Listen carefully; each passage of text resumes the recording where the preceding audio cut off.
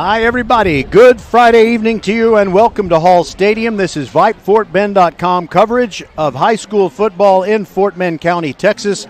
Tonight, it's the Ridge Point Panthers leading in District 26A, playing their homecoming game against the stubborn Dulles Vikings. I'm Roger Smith. Patrick Kinnick will be joining me later, and we're about to bring you the Countdown to Kickoff show here on VypeFortBend.com, with interviews with both head coaches and a little bit of smack talking by the Dulles cheerleaders and by the group known most infamously as the Ridge Point Pack. That is their always active, always creative, and always edgy student section. So, glad you are with us, and we hope you enjoyed tonight's game. We're pretty sure that you will. VypeFortBend.com coverage of Fort Bend County sports on VypeFortBend.com is brought to you by Xfinity, the future of awesome. By First Tire and Automotive. Make sure your vehicles are in shape for the fall. First Tire and Automotive has 4 great locations, including First Colony, Greatwood, Katy Cinco Ranch, and also on Eldridge Road in Sugar Land. All of those locations are open Monday through Saturday. For the best prices on tires, go to firsttireandauto.com. By Nick's Italian Restaurant on FM 1464 in Sugar Land, just a few hundred feet north of Austin High School. At Nick's Italian Restaurant, their family gets bigger every time you stop by. By Archer Volkswagen on the southbound side of Highway 59, just inside the Sam Houston Tollway. Open since 1956 and ready to serve you. You'll feel like family at Archer Volkswagen. By the Needville Insurance Agency, Bradley Stavanaugh and his team are your hometown trusted agents. You will find the best rate for your home and car insurance with the Needville Insurance Agency. Call 979-793-7411, or you can visit needvilleinsurance.com. You do not have to leave your home to switch your insurance to the best rate. And by Office Depot in Sugar Land, Southwest Freeway at Williams Trace, taking care of business every day so VypeFortBend.com can bring you Fort Bend County sports every week. We'll be back with the Countdown to Kickoff show and our visit with Shane Bird of Dulles when we continue on VypeFortBend.com.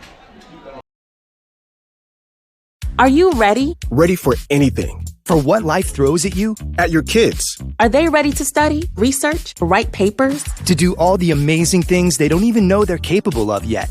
Internet Essentials from Comcast brings affordable, high-speed internet to your home for only $9.95 a month. Now available to low-income households eligible for public assistance programs like Medicaid, the National School Lunch Program, SNAP, housing assistance, and others. Visit InternetEssentials.com to apply. No credit check, contract, or installation fee. Taxes, extra restrictions apply. We're the Dulles cheerleaders, and the Vikings are going to pillage and plunder the Panthers. Here, kitty, kitty. Here, kitty, kitty. Here, kitty, kitty. Whop! Coach Bird is next on the Countdown to Kickoff show. Go Vikings! That's Coach Bird. Hi, this is Mariela and Melina coming to you from Nick's Italian Restaurant, where you can come and try one of our house specialties, the Nick's Shrimp, or one of our chicken pistachios. Not in the mood for food, you can also try one of our savory desserts like our homemade tiramisu or cannoli. We're located on FM 1464, just north of Austin High School. Can't dine in? You can call ahead at 346-401-1546, 7 days a week from 11 a.m. to 10 p.m. Or you can hit us on one of the major delivery platforms, Uber, Grubhub, or DoorDash. We look forward to seeing you here at Nick's Italian Restaurant, where our family gets bigger every time you stop by.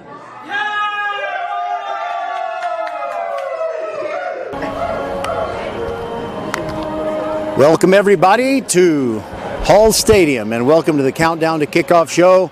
The Dulles Vikings are the visitors tonight, and they will try to spoil the Ridge Point homecoming and the architect of that monumental upset.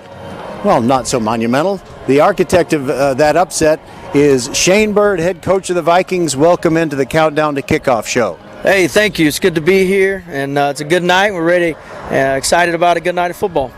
I'm always curious whenever you have a day when the kids are not at school and you don't get to kind of monitor them at least a little bit during the day. You probably need to plan something. Was there any set of guidelines that you gave them to be ready to play football when they got here? Yeah, so for us, it's like a Saturday, and we've already had 3 Saturday games early in the season. So, our guys, our coaches message them around 9 o'clock, make sure they're up, about eating breakfast. They make sure they eat a decent lunch, and then they get up to the field house, and we eat and have meetings and get refocused for the day. And so, I felt pretty good. I feel like they're locked in. They're ready. We've had a couple really good weeks of practice. We were open last week, and so worked on a lot of fundamentals and got things cleaned up. So man, we're ready for a big challenge tonight. And by the way, Coach, I apologize if I've asked you the same question more than once, because I do 6 to 8 countdown to kickoff show interviews every week, and sometimes I just forget what I've said to who. So if that was a repeat question, please forgive me, sir. That's all right. I understand. All right. So going into this game, Ridgepoint is the team that is leading the district, and I'm just wondering, might there be some gadgetry possibly in your game plan?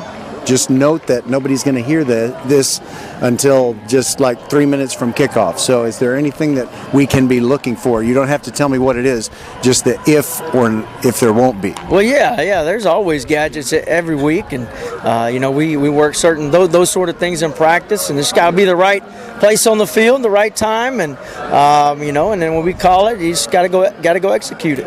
Well, you're probably too young of a man to remember the great Tom Landry, but I remember he said that sometimes the best time for a trick play or a gadget play is if your defense gets a demoralizing takeaway that would maybe kind of make the other team go out there on the first play. They might be dragging a little bit, a little discouraged.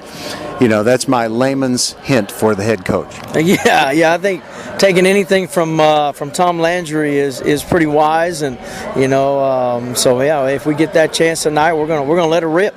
He was a great man, wasn't he?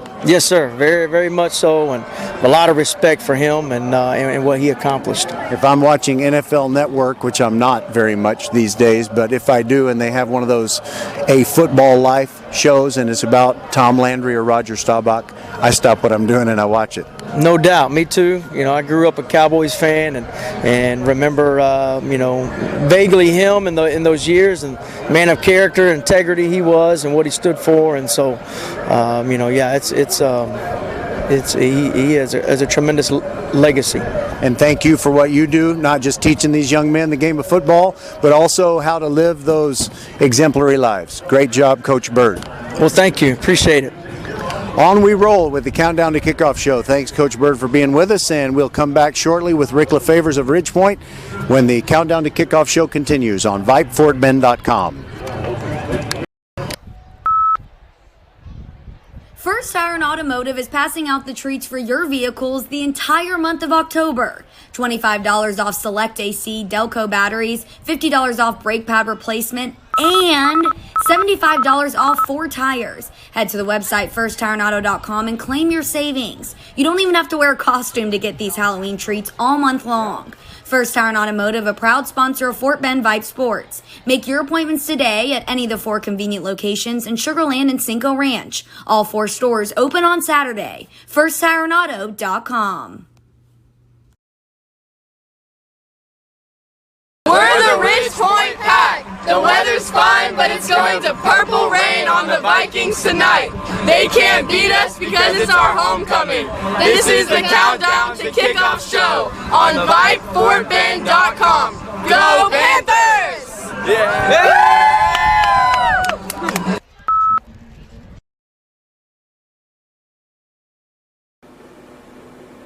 Hello fans, this is Bradley Stavanaugh with Needville Insurance. We know Fort Bend County. I'm a 4th generation resident of Fort Bend. I'm your local, hometown, trusted agent. With over 30 carriers and 9 auto insurance carriers, we shop the insurance for you. We know insurance is hard. We know it's complicated. We make it easy for you. We have Spanish speakers here available for you. Call us at 979-793-7411 or NeedvilleInsurance.com. Once again, call us 979-793-7411. Archer Volkswagen showroom is open, and our team's excited to help you. Visit our sales department Monday through Saturday from 9 a.m. to 9 p.m. Or bring your car in for service from 7 a.m. to 7 p.m. Monday through Friday, and Saturdays from 9 a.m. to 2 p.m. We're closed on Sundays to rest and recharge with our families, so we can serve you well through the week. We hope to see you soon.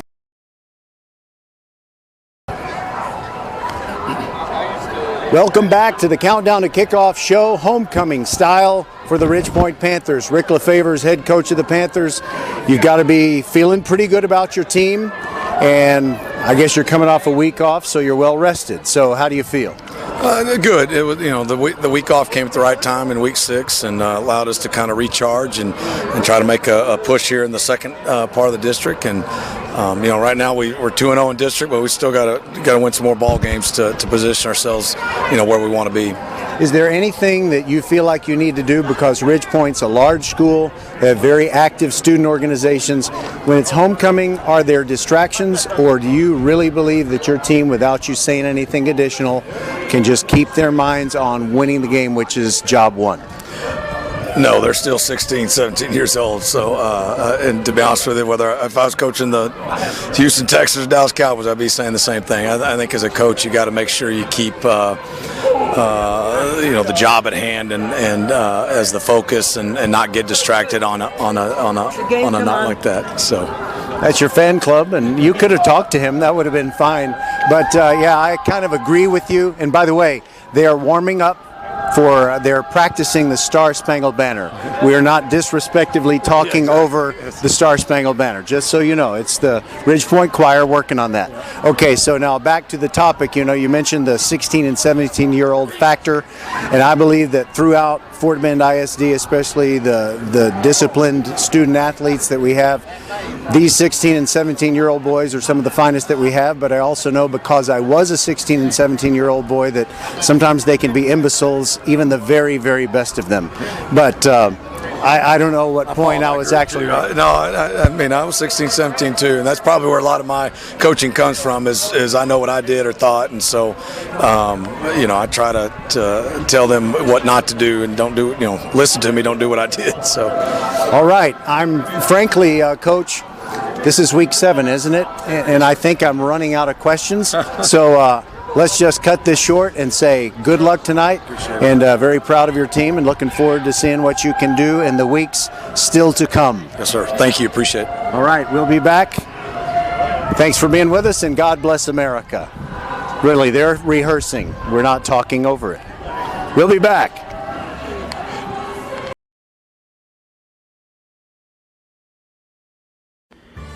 Become a Vype Insider today. Access breaking news in high school sports. Enjoy premium articles and exclusive coverage written by expert analysts, and watch exclusive videos, documentaries on programs in your area. It's only $2.99 a month if you subscribe for the monthly plan. If you go for the yearly plan, it rounds out to just $1.99 a month. It costs you only $24 a year to get all of your Vype news throughout the entire year. Subscribe today. What are you waiting for? It's less than a cup of coffee a month. Become a Vype Insider. $2.99 a month, $23.99 for the whole year. Hey, it's Vype. We will see you at the games.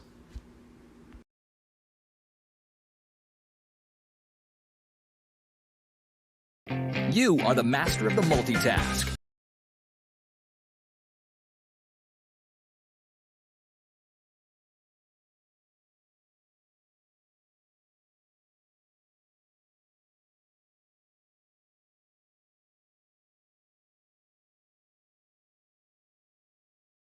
And we mean everything. We take care of you, so you can take care of business. Office Depot Office Max. Taking care of business. So here we are on the homecoming night for the Ridge Point Panthers. Both teams have come out onto the field, and soon they will assemble for the Star-Spangled Banner to be sung by the Ridge Point High School Choir on their homecoming night. Ridge Point is wearing the white pants. They've got gray jerseys tonight with white letters and numerals outlined in purple, and they're wearing their white helmets with the Panther logo on both sides. The Dulles Vikings, white jerseys with red numerals, navy blue pants, and they've got the red helmets with the Viking horns on the side. So, Patrick, I know you're expecting a game where Ridge Point probably should be a heavy favorite, And what does Dulles have to do, you think, to just make sure that this does not get out of hand early? Well, I think they have to control the ball. They have to get that offense moving again, and their best defense might be a good offense tonight. Hang on to that ball.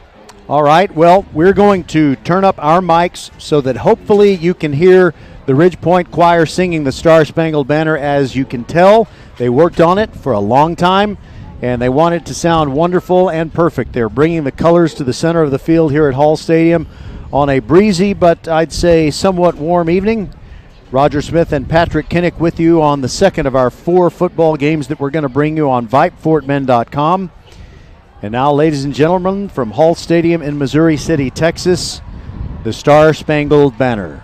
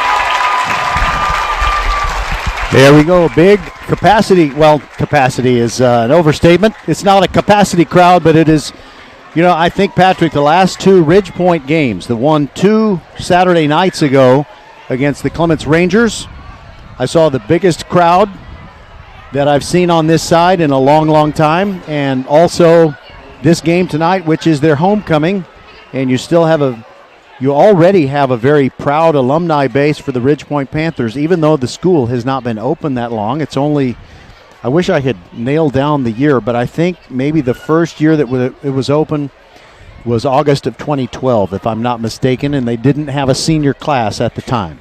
Well, your guess is better than mine, and that sounds pretty accurate, and they have moved along pretty quickly as a school. As you said, Roger, they have incredible school spirit, and they show it when they support their team.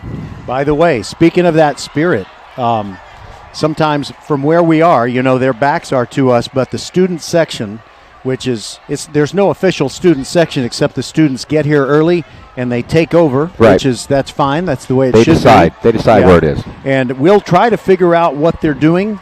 We may not be able to make out what chants they're doing, but they're always entertaining. They're creative. They plan things. They wear their thematic outfits. And this week, the outfits, they're pretty much playing it straight. It's just purple and white, but I have seen them kind of dressed like it's rodeo time.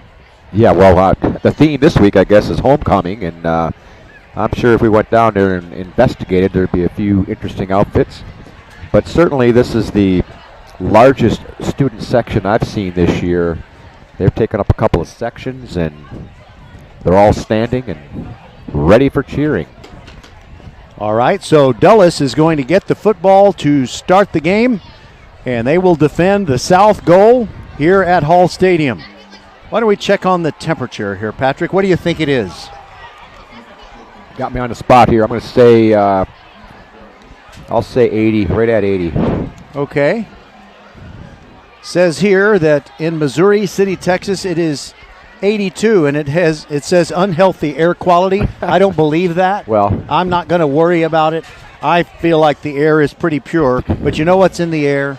School spirit, excitement, youthful enthusiasm, yes, proud parents who have raised their kids very well. And here we go. We're going to play football. We've also got a lot of pink on the field. It's October. That's Breast Cancer Awareness Month. And a lot of people are showing that, symbolic for the cause. And, don't just wear pink. Make a donation. You got the American Cancer Society. There's a lot of places that you can donate and make a difference in the fight against breast cancer. Okay, we're ready. Sorry. Austin Bowen will kick off for the Ridge Point Panthers. He's got the ball right in the middle of the field at the 40-yard line. And Dulles usually has the same guys back there. I think Cole Hodges is one of them. We're used to seeing him run back kicks. Antwi, I believe, is the other guy back there. Alfred Antwi wears number 0, but he is no 0, folks. And Austin Bowen only takes the little 3-step approach to the football. Now he's got it in the air. It's a relatively short kick, and it comes down at the 18-yard line. Fumbled ball, bug on the rug. But Maxwell Cotton jumps on it to prevent the turnover, and they'll spot the football at the 22-yard line, and that's where Dulles will have a 1st and 10. He was in good position to receive that kick, and it looked like he was going to be able to receive it and go up the field for a little bit of a gain, but as you said, the bug was on the rug. He was able to get to it, though, for the benefit of his team. Yeah, let's see if the Dulles Vikings can produce some offense tonight. Well, they always run that very closely formed offense. They had 2 guys in motion. I don't know if you can do that this early in the game. Oh, boy. But there is a fumble on the first play. Jalen Brown had the quick toss, hit him in the face mask, and he jumped on it, and Dulles is going to retain possession, but they lose a yard, and that's not the way they wanted to start the game. Was that Devin Graham at quarterback? Jarrett Mitchell, I think. Boy, I can't say that 100% sure. You're right. I just saw Graham in this area there, but that ball hit him right in the, like you said, right in the face mask. Right in the kisser. Yeah, he couldn't. That's an expression you never hear anymore. 2nd down and 11. Mitchell hands it off to Brown, trying the right side. Bounces off a tackle or 2. Twisting, turning, advancing to the 25, make it the 26-yard line. And let's see, how many did he get there? Looks like he picked up about 5. 5, yeah. So now they are left with a 3rd down and 6 to go. And the Vikings' strong suit is definitely not throwing the football. Right. They'll throw it when they have to, but they're not going to do it too often. You need some more tape over there? I'm good here, Roger. I was just going to say it was a nice play by Howard, Terrence Howard, to finally corral him there. And it's going to be a handoff, running left, but not running far enough. Devin Graham, last year's leading rusher, gets 3 yards, but that's it. Gets to the 30. That was a nice gain. The problem with that little series was that first play. They lost a yard off the mishandled pitch, and here it's 4th down and 2. Had they been a little more positive on the first play, they might have been able to get a 1st down, but they're set to punt. James Eaglin made the tackle on that 3rd down play for the Panthers, and they forced the punting situation. Good snap, and the ball is away. Contact with the punter. I don't see a flag, and the ball is picked up on 1 bounce. And it's a pretty decent return of the punt, but I think they have a different punt returner back there. Actually, that's Marvin Session. We're used to seeing him, but the 8 was wrinkled up. It looked like something else. You got to watch out for the wrinkled numbers. Terrence Howard was almost in on that punt. He might have even got a little piece of it. It kind of came out of there strangely. But no penalty marker on the contact, as you had mentioned. I think it was an attempt at an acting job, and he was not nominated for an Oscar. Nope, not this time. All right, B.J. Emanuel, Bert Emanuel Jr. in there at quarterback for the Panthers, and they have the ball at the 48-yard line of Dulles. He's going to pass on the first play. Deep post for Session. He's got it on the run and tackle at the 10. Touchdown saving tackle by Jalen Brown of the Vikings, who was just a step behind Marvin Session. And B.J. Emanuel hit him in stride, and the ball is at the 10-yard line. First down from right there, and we're going to call it 1st and goal because you see the chain gang is just taking a break. That's right. Emanuel takes the snap and hands it off, going off the left side. Gives it to Ezel Jolly, and he carries it inside the 10 to the 8. Ezel Jolly got a break last time we saw Ridge Point. That was 2 weeks ago, and he had the night off. Now he's back in there.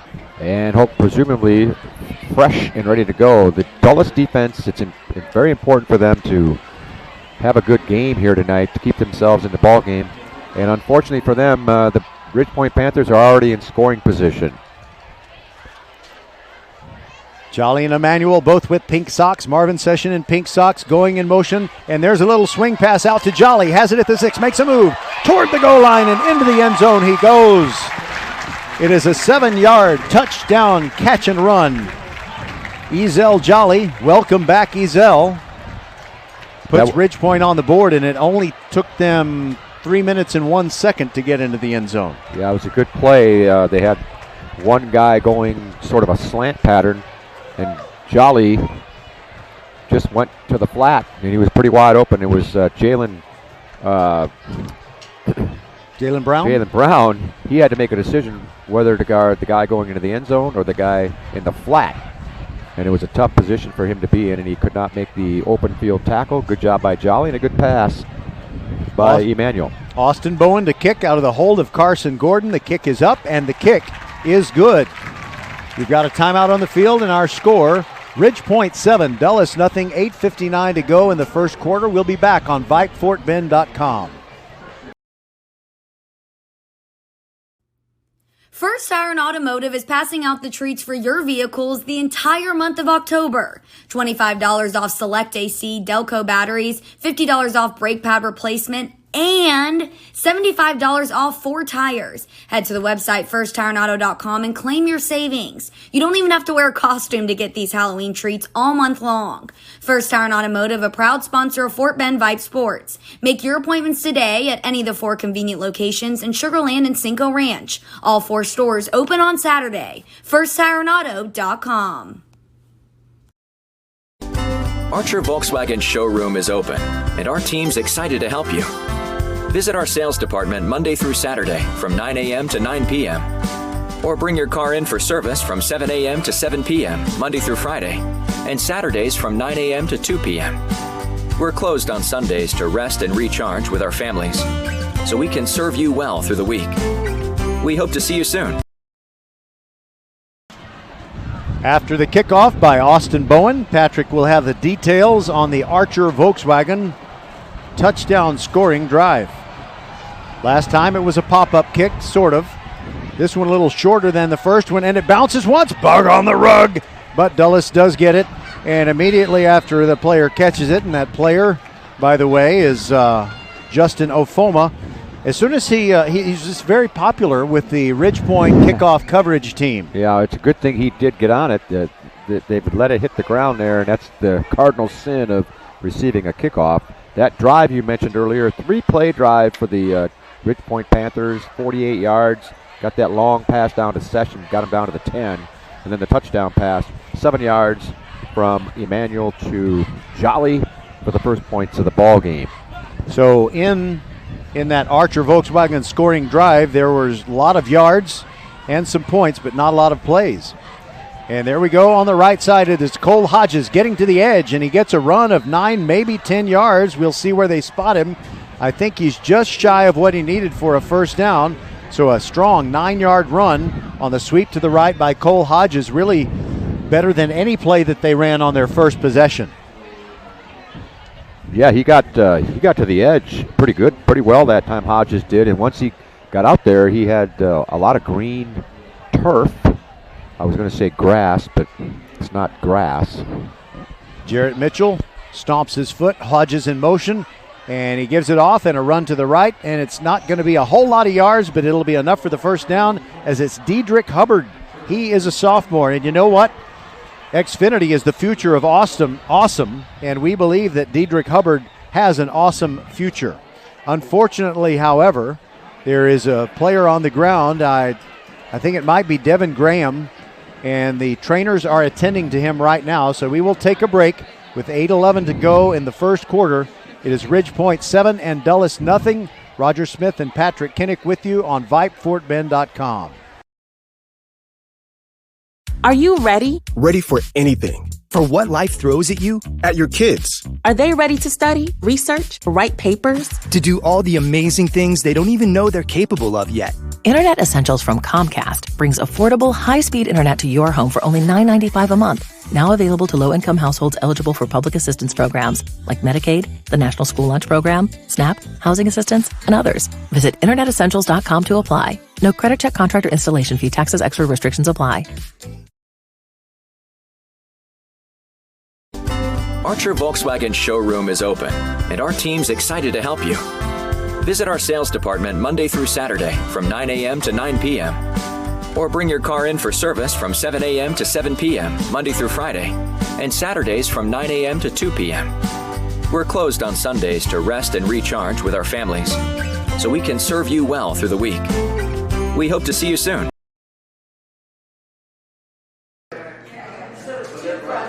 Hi, this is Mariela and Melina coming to you from Nick's Italian Restaurant, where you can come and try one of our house specialties, the Nick's Shrimp, or one of our chicken pistachios.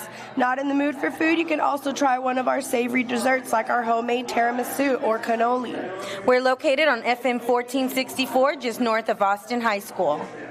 Can't dine in? You can call ahead at 346-401-1546 7 days a week from 11 a.m. to 10 p.m. Or you can hit us on one of the major delivery platforms, Uber, Grubhub, or DoorDash. We look forward to seeing you here at Nick's Italian Restaurant, where our family gets bigger every time you stop by. The Vikings back in action. Mitchell rolls to the right, throws deep, and it's a catch. It's a catch for a first down near the Ridge Point 20 as he dropped it in there to Marvin Thomas.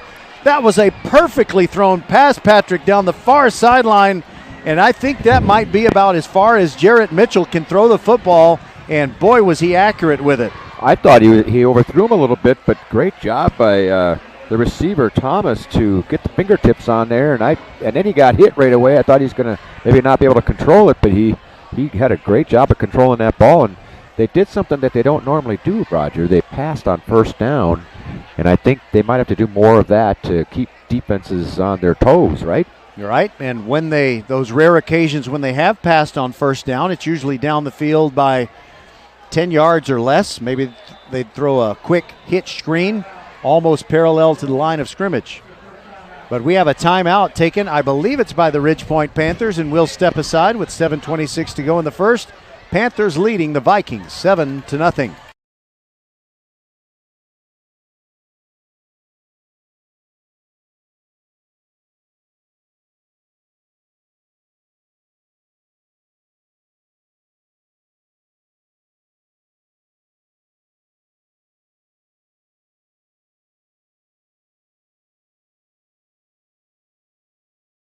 We mean everything. We take care of you, so you can take care of business. Office Depot Office Max. Taking care of business. We are back, and I think that might have been, what do you say, remedial timeout if you're on the defensive team. Well, and you give up a big chunk of yardage. They called the scoreboard says it was a Dulles timeout. Okay, well, I'm not sure. I shouldn't assume. There is a run to the right by Dulles, and they are getting positive yardage on several different plays, and they gave it to Terrell Potter. And he is a sophomore. You know, you've been the voice of the Dulles Vikings on several games this year, and I don't think we've seen Terrell Potter run the football. I don't think I've seen him run it either, and they have as they say sometimes, a stable of runners, and that's one of the things I've been impressed with is their number of guys who can run with the football, and I suppose since we had that injury to Graham, had to bring another guy in. So it was a 3-yard gain. 2nd down and 7 for Dulles with that tightly packed formation. Fake handoff. Mitchell wants to pass, throws near the sideline, and the ball, that was kind of a risky throw, almost picked off. And I think that was, by the way, it's kind of dark up here. It is dark, Roger. I'm having a hard time seeing my my papers here, and I was thinking James the same Wally. thing. It was almost Wally World if James had gotten himself an interception. If he would have got it, I think it would have been lights out to the end zone there. The only guy that could have beat him, could have gotten him, would have been the quarterback. Just threw a little bit into traffic that time. Here they go, 3rd and 7. So they will probably have to throw the football here, but no, they're going to run it, and it's a tackle for loss. Firing through for Ridgepoint. Let me make my phone light it up here so I can actually read the numbers on my roster. That was Cameron Richardson. Fired in there and got a tackle for loss on Dedrick Hubbard. And the sad part about that for Dulles is the loss of yardage. Had they been able to pick up a few yards, it could have been a manageable 4th down situation, but now it's 4th and close to 12 yards, and I don't see any kicker out there. So what are they going to do here, 4th and 12, and you're a running team? Well, you're a running team. You may fake a handoff, but you're not fooling anyone. No, not on this one. They do have receivers to either side of the formation, and they are wide, like wide beyond the hash marks. Low snap to Mitchell, but there's a whistle and a timeout called by Dulles before they get their own play underway. 5:45 to go in the first. We've had a lot of timeouts already, and we'll step aside for another one on VypeFortBend.com. 7-0 Ridgepoint. Hello fans, this is Bradley Stavanaugh with Needville Insurance. We know Fort Bend County. I'm a 4th generation resident of Fort Bend. I'm your local, hometown, trusted agent. With over 30 carriers and 9 auto insurance carriers, we shop the insurance for you. We know insurance is hard. We know it's complicated. We make it easy for you. We have Spanish speakers here available for you. Call us at 979-793-7411 or needvilleinsurance.com. Once again, call us 979-793-7411. So the oldie of the night, Patrick, this is a new feature. It's You Make Me Feel So Young. You make me feel so spring has sprung. And the reason I'm doing that is because when we do a Ridgepoint game, if Ridgepoint is the home team, these kids are told not to loiter, not to hang around on the upper concourse. But, man, we're surrounded by preteens and junior high school age kids. They're all over. 4th down and 12. Mitchell fakes a handoff, drops back, now flush to the right, looking down the field, throws in desperation near the goal line. A collision, and the ball falls incomplete. Several players were down there, but I think the one who had the most to do with it not being a complete pass is the playmaker for the Panthers, Ryan Ramey. Yeah, and again, that play, as we mentioned earlier. I'm sure you don't want tape to hold down that well, roster. I was going to hold it in my hand because I can't see it. But that play would have been a really good play on 1st down again. You're gonna fool them. You can't fool them on 3rd and 12. And Ridgepoint did a good job of covering that particular pass play. So they get the ball at the line of scrimmage where Dulles was running it from, the 28. There's a swing pass to the left to Jolly. That was the same play they ran on the touchdown score, only they went to the right with that one, and a flag comes in at the end of the play that would be a gain of 7, maybe 8 yards if it stands, but I don't think it's going to stand. Well, let's see. You are correct, sir. Offensive penalty. Okay, Patrick, when the official is giving the call, we think I'm going to turn it way up. So wait till it unfortunately goes he back already down. He already did, Roger. I know, but you're telling me for the next time. Yeah, I'm saying don't talk until I appreciate the instructions. The judge, you'll get thrown out of the courtroom if you talk when the judge down there is talking. Yes, sir. The guy in the black robe. Yeah. No, make that the white hat. That's right. All right, so after the penalty, it's holding against Ridgepoint. 1st down and 20, pistol formation. Emmanuel, stretch play, running to the right is Jolly. He's got good blocking, but he's tripped up. And it ends up being a gain of only about 7 yards. And if that Viking will turn around, I'll tell you who made the tackle. He's the tallest player on the defense. That much I can tell you. And I can also tell you his name is Dominic Williams. So that's a 9-yard pickup. Gets them back 1 yard shy of the original line of scrimmage. 2nd down and 11 for Ridgepoint, and the ball is at the 22-yard line.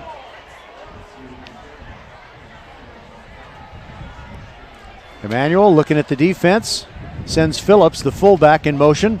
Wide snap, but BJ got his hands on it. He's flushed out of the pocket to the left, throws late, got Session on the run. There he goes, 50, 45, down the sideline. It's a foot race, and they catch him from behind, not so much because they're faster than him, but he had a blocker out in front, and the last defender was able to kind of steer him in a position where he had to make a move, and when he slowed down to make that move, help arrived.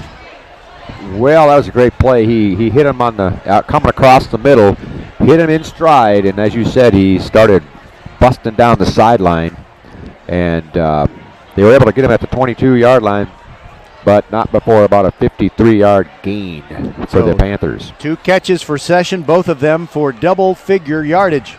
Emmanuel play fake, far sideline in the corner, and it is incomplete.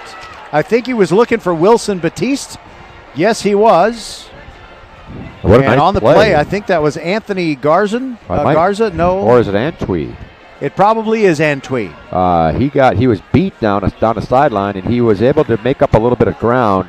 And at the last moment, he put that hand up and deflected it out of there for a nice play. And a good team leader, Jackson Tilley, the homecoming king, goes over there and slaps hands with Alfred Antwi for making a good play. It's 2nd down and 10 for Ridgepoint from the 22-yard line. In the motion goes Pisapia. Up the middle with the carry and a short gain for the two-sport star, the designated base stealer on the baseball team, Mason Dossett. When it hasn't been Ezel Jolly getting most of the carries, then it is often. That was Dominic Williams, I think, making a tackle on that. Yeah, Dominic has those long arms and legs. I'll bet Dominic Williams plays basketball. Well, you kind of hope he does if you're the Dulles Vikings. He's a tall fella. 3rd and 7 after that short gain. And there's a short pass. It's a completion inside the 10 to the 9. And it is a 1st down for the Ridgepoint Panthers on a 10-yard pickup as they delivered the ball to Kieran Charlo. He just went down the field about six yards or so and just sat there and waited for the pass, and he was wide open for the gain to make the 1st down. And they're inside the 10 at the 9. This is their 2nd time now they've been inside the 10, 1st and goal. Indeed, 1st and goal. 3 receivers on the left side of the pattern. Jolly in motion. They look that way, and then Emmanuel on a quarterback draw lopes into the end zone, but a flag comes in late. We'll see what it is. It looks like maybe something in the backwash of the play that had nothing to do with the actual success of that running play. He was at the goal line by the time that flag got to the spot where it's at. Yes, and does a flag for holding really need to be thrown if the player who benefited from the hold is 10 yards down the field already? He wouldn't be 10 yards down the field if the hold hadn't happened. Well, I would agree. It takes time for that flag to land on the ground, Well, evidently it took a lot of time for that flag to come out of the waistband. Yeah, it looked a little odd in terms of the timing on that, for sure.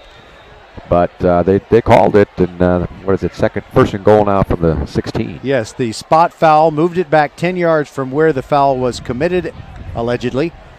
Back to the 16. Emmanuel stands strong in the pocket, climbing up, now throws short to his safety valve. He's got Batiste, who runs over a tackler and gets down inside the 5 to the 4-yard line. Antwi was in on the tackle.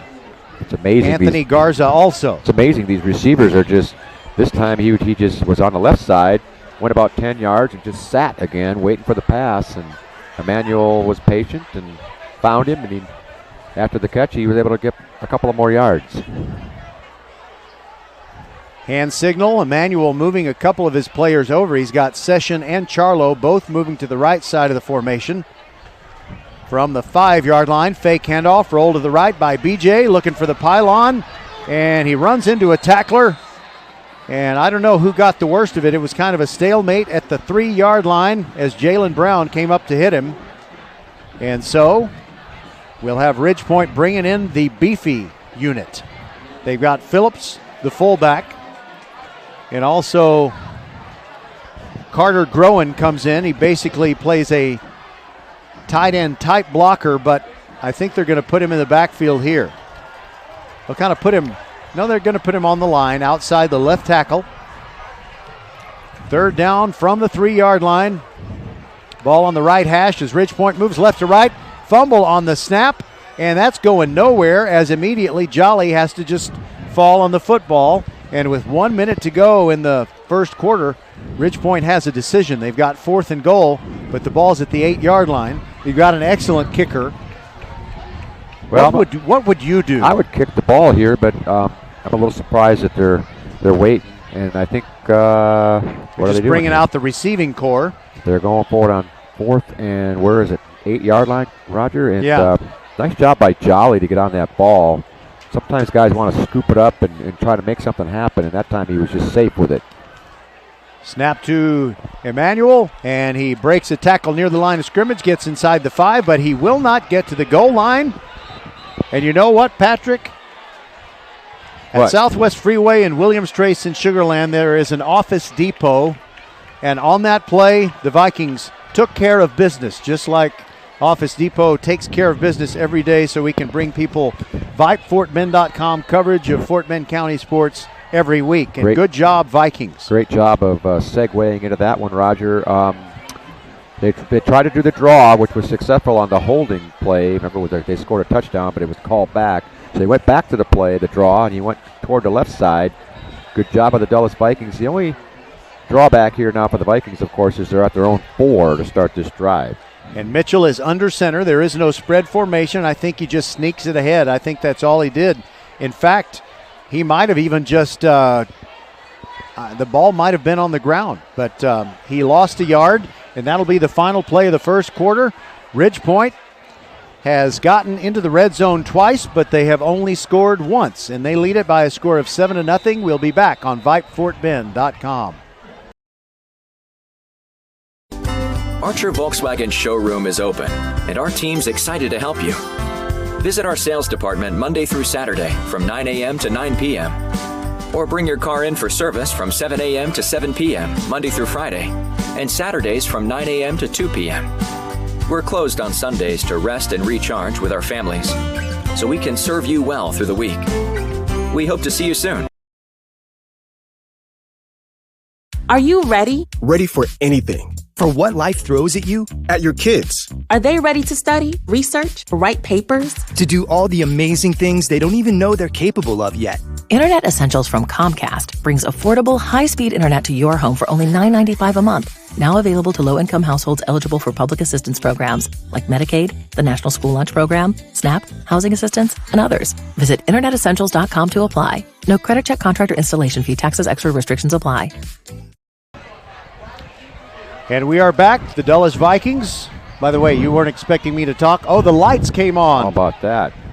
Answer to our prayers. Let there be light. Yeah, and there was light. We can see our papers now, Roger. All right, so no excuses when I blow a call now. Mitchell on 2nd down and 11 drops back and hands it off on the jet sweep, and the Ridgepoint defense is all over that. Is it a safety? Waiting for an official's call. I think they're going to rule that the ball carrier somehow advanced it out beyond the goal line, maybe to the 1 centimeter line, if that. Well, it is inside the 1. Yeah, it's that play was not looking good from the beginning. He was in the end zone in trouble, and he was able to get out of the end zone at least. For now, there's no points on the board. See what they can do here on 3rd and about 13 yards. I would say 13. By the way, you've played the game Who Am I, haven't you? Yes. Okay, well, I'm going to play another game similar to it. On 3rd and 13, straight up the middle go the Vikings, and they get a yard, maybe 2. I can't even tell which human being has the football in the midst of all that humanity. Looks like it was Devin Graham, so good to see him back out there. You know, he had gone down with an injury earlier. So it is a 2-yard pickup to the 3, and it's going to be time for Dulles to punt on 4th and 11. And I guess they got to be careful here. Part of the reason why I guess they felt like they could go for it, thinking they could stop them in here inside the 10 and get the ball back in good position. And I haven't been able to identify their punter. Oh, boy. High snap off his fingertips, and it's past the back of the end zone, and that is going to be a safety, and Ridgepoint now leads the game by a score of 9-0. And the deep snapper, who shall remain nameless, that's Tim Cutts, by the way, who is the punter. He did all he could to jump up and grab the football, but it went through, so that's a safety. It's 9-0 Ridge Point, and now Dulles will have to kick it away after being scored upon. Okay, so here we go. The game that's usually played is Who Am I, and you get verbal clues, but this is going to be a Who Is He? You won't so much get a hint. You may get a hint as we move along, but look to your left in the pink Izod cap. Who is he? The white T-shirt. I'll give you a hint. He's a great athlete, and he plays for Elkins, and he's a senior. Well, last year he played both basketball and football. I should really know the name. It's just not coming to me here. Well, he decided that he did not want to play football, just go basketball only this year, and head coach Dennis Brantley of the Knights cried when he gave that decision. Here is the punt, by the way, by Cutts, and Ridge Point will get a chance to return it from the 38-yard line. It's Marvin Session moving from the right of the field now to the left, near sideline, and Vikings territory, still going past the 30. And that is a huge run, and as he goes beyond the boundary, he sends players with, people with cameras scurrying, and no cameras were damaged in the making of that play. Nor were any of the people damaged. But the play was damaged by a penalty flag way back at the 47 of Dulles. Way on the other side of the field, Okay, here's the ref.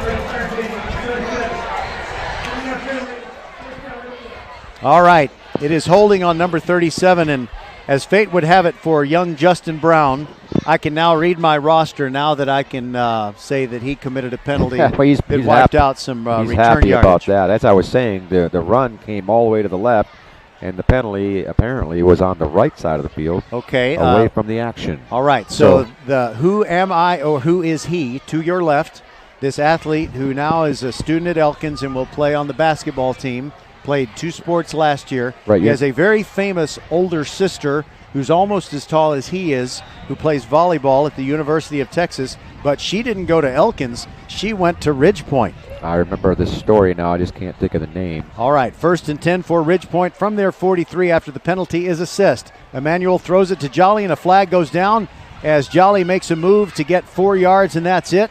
And it was a nice open field tackle, and now there's some snarling and snapping.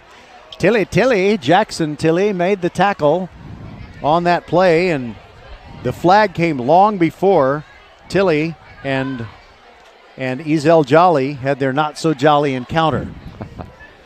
Yeah, I think it was a pre-snap type penalty. They're talking to Coach Bird over there.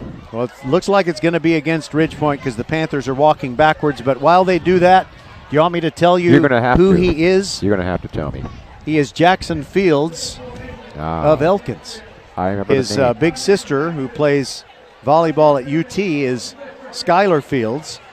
And Ridge Point made it to the 2018 state volleyball final when she was on the team. Unfortunately, they lost to Flower Mound after winning the first game. It broke my heart. I drove back from Garland in tears. Now the snap and a draw play to Jolly, shucking and jiving, dipping and dodging, and he gets back the 5 yards that were from the penalty, which was actually offsides against the offense. Well, he got 5 yards back plus another 5 plus 3, yeah. yes. Yeah. So 8-yard pickup, and now it's 2nd down and 7 for Ridge Point. Emmanuel hands it off again. Jolly running left, now cuts it back to the interior, and he picks up 4 more yards on the back end of that play. Holding on to his feet and holding on for dear life was Desan Thomas. So here we go, an interesting call coming up on 3rd and 4. From their own 49-yard line. Got this 9-0 game here after that safety just a few moments ago. And by the way, since we're in the 2nd quarter, it's time to tell everybody what we have at halftime. Well, we better start. It's going to be great. Putting that out there. It is going to be great. A mix of, I'll hold on and I'll try to think of a better way to word it. Here we go, 3rd down and 4. There goes Jolly straight ahead, and it's very close to the first down. Dominic Williams wrapped him up, and I think Williams is going to get up a little slowly. He'll stay in the game. Are they going to wave the sticks down the field? Yes, they are. That's a first down. Think of First Tire and Automotive for all your car care needs. Check them out at firsttireandauto.com. You know, remember you were talking about some of the student section down there for Ridgepoint. They're throwing stuffed animals up in the air. Yes, I wonder what kind of animals. First down and 10. Emmanuel drops back. Plenty of time. Throws near sideline and is a beautiful catch at the 32. Wilson Batiste with the 2-foot toe tap gets his feet down and then falls like a tall tree out of bounds. Good job by Emmanuel. He wanted to go deep. He showed some patience and then came back to his shorter route receiver there, Batiste, and like you said, he made a great catch. See, there goes the stuffed animal. It looks like a stuffed monkey or something. Yes. We'll have to keep an eye on that. The Angels aren't in the baseball playoffs, so they borrowed the rally monkey, and he lives in Siena now. Dropping back after the play fake is Emmanuel over the middle, and he misfired. Too tall for his intended receiver, Ashton Bethel Roman. Well, he's not going to want to see the film on that because that was a touchdown. He missed a touchdown there. He was open, and he just overthrew him. And, of course, he knows that.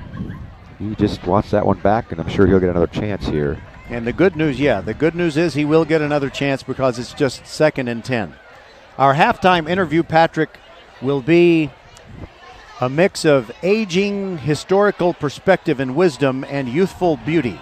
That's all I'm going to say right now. Little throwback play to Carter Groen. He gets the ball to the 20, stiff arms a man, keeps on going down to the 14-yard line. They started flow to the right, a little bit of a half roll by B.J. Emmanuel. He was almost to the other hash marks, and then he threw it to Carter Groen, and big number 84 ran over a couple of victims. He had a couple of blockers out there, 3 blockers, and the good thing for the blockers was they had nobody to block. Yeah, 18-yard pickup to the 14, and now a quick pass. Groen, 2 catches in a row, and he carries the ball to the 3-yard line on a little stop route. Ran about 6 yards, turned around. There was the football right in his gizzard. Turned around and got it inside the 5, and it is now a 1st and goal from there. Ridgepoint is marching. Under 7 minutes to go in the half. There goes Jolly. Bounces off of a tackler near the interior line. Dives, and he gets in for the touchdown. It's a 4-yard touchdown run. Ezel Jolly with his 2nd touchdown of the night. One of them catching a pass, and another just running the football. Yeah, he did a good job. He had to have a little extra effort there to get it in at the end, but good job by him to find the daylight and then toughening up at the end to get it in. And here is Austin Bowen to add the extra point. And it's going to make it, if he does make it, it'll be 16-0 because they have 2 touchdowns and a safety, an unforced error. Bowen's kick is up and good. We'll step aside. This is VypeFortBend.com. Our new score, Ridgepoint 16, Dulles nothing. We'll be back.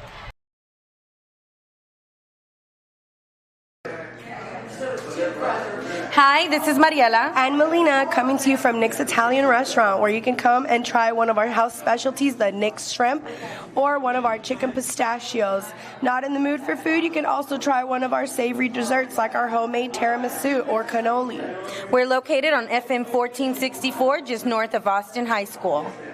Can't dine in? You can call ahead at 346-401-1546 7 days a week from 11 a.m. to 10 p.m. Or you can hit us on one of the major delivery platforms, Uber, Grubhub, or DoorDash. We look forward to seeing you here at Nick's Italian Restaurant, where our family gets bigger every time you stop by. Patrick, did you know there is a Texas High School Football Hall of Fame? I do believe I've heard of that. Okay, well, it is in Waco inside the Texas Sports Hall of Fame, and we're gonna talk to the president of it, Mike Anderson. Austin Bowen with the sort of pop-up kick, but he has the wind at his back, and the ball is dropped by Cole Hodges, picks it up, carries it across the 20, and he gets about a 5, maybe 6 yard kickoff return. I think they'll spot him at the 22 or the 23. And I have to kind of correct the way I described that. Cole Hodges didn't really drop it. It was one of those kicks that was just kind of sinking fast, and he tried to make a shoe top catch, and the ball didn't get away from him. He immediately picked it up and got what he could. He kind of short hopped it as a infielder might have done, and he actually fielded it fairly nicely. Yes, he did.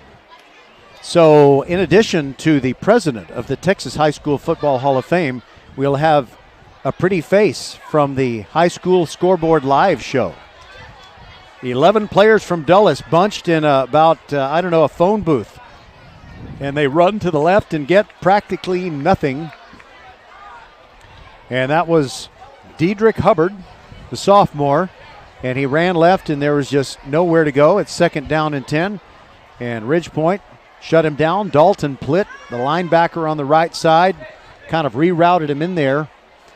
And there was just nowhere to go. That's kind of discouraging when you're a running back.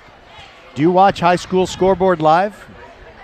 I have to admit, I do not. Well, I think you should. It's an awesome show. I'm sure it is.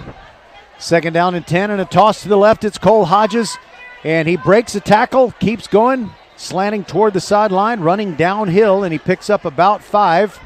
And there's an official over there trying to escort the tackler for Ridgepoint, that's Cameron Richardson, away from the Dulles bench. You don't want, people, I don't know. What would you do if a guy from the other team was running by you if you wanted to? Would you pinch him or something? Yeah, who knows? Trip him? Do what you can, I guess. Well, here we got 3rd and 5 for Dulles. They desperately need a first down here. We're more than halfway through this second quarter, and they trail 16-0. Mitchell has gone all the way at quarterback, and he hands it off and running to the outside and run down from behind after just a 2-yard pickup. It looked like it is that man Richardson again. He's been very active, and he ran down Dedrick Hubbard. He looked like he might be able to pick up the first down, but he was tracked down from behind on a nice play. Richardson plays on the right side, so he came all the way from outside the offensive left tackle. Yep. And showed good speed. Covered a lot of ground. Yeah, good speed, good pursuit there. Now Tim Cutts. His last time the ball went over his head, so he's hoping for a good snap this time. It is a good snap.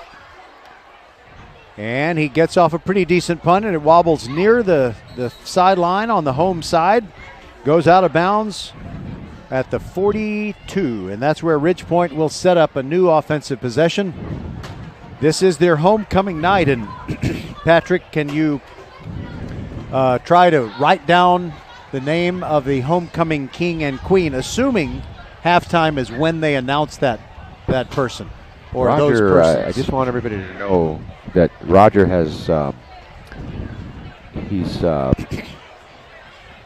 What I'm trying to look for the right word here. He's doled out extra responsibilities for me this evening, and now he wants me to, do the king and queen. So no good deed goes unpunished. It's tough up here. You do a good job, and that's why I have to do stuff. Slant pass, Batiste, got it. He's gonna go. 25, 20, 15, 10, 5, touchdown.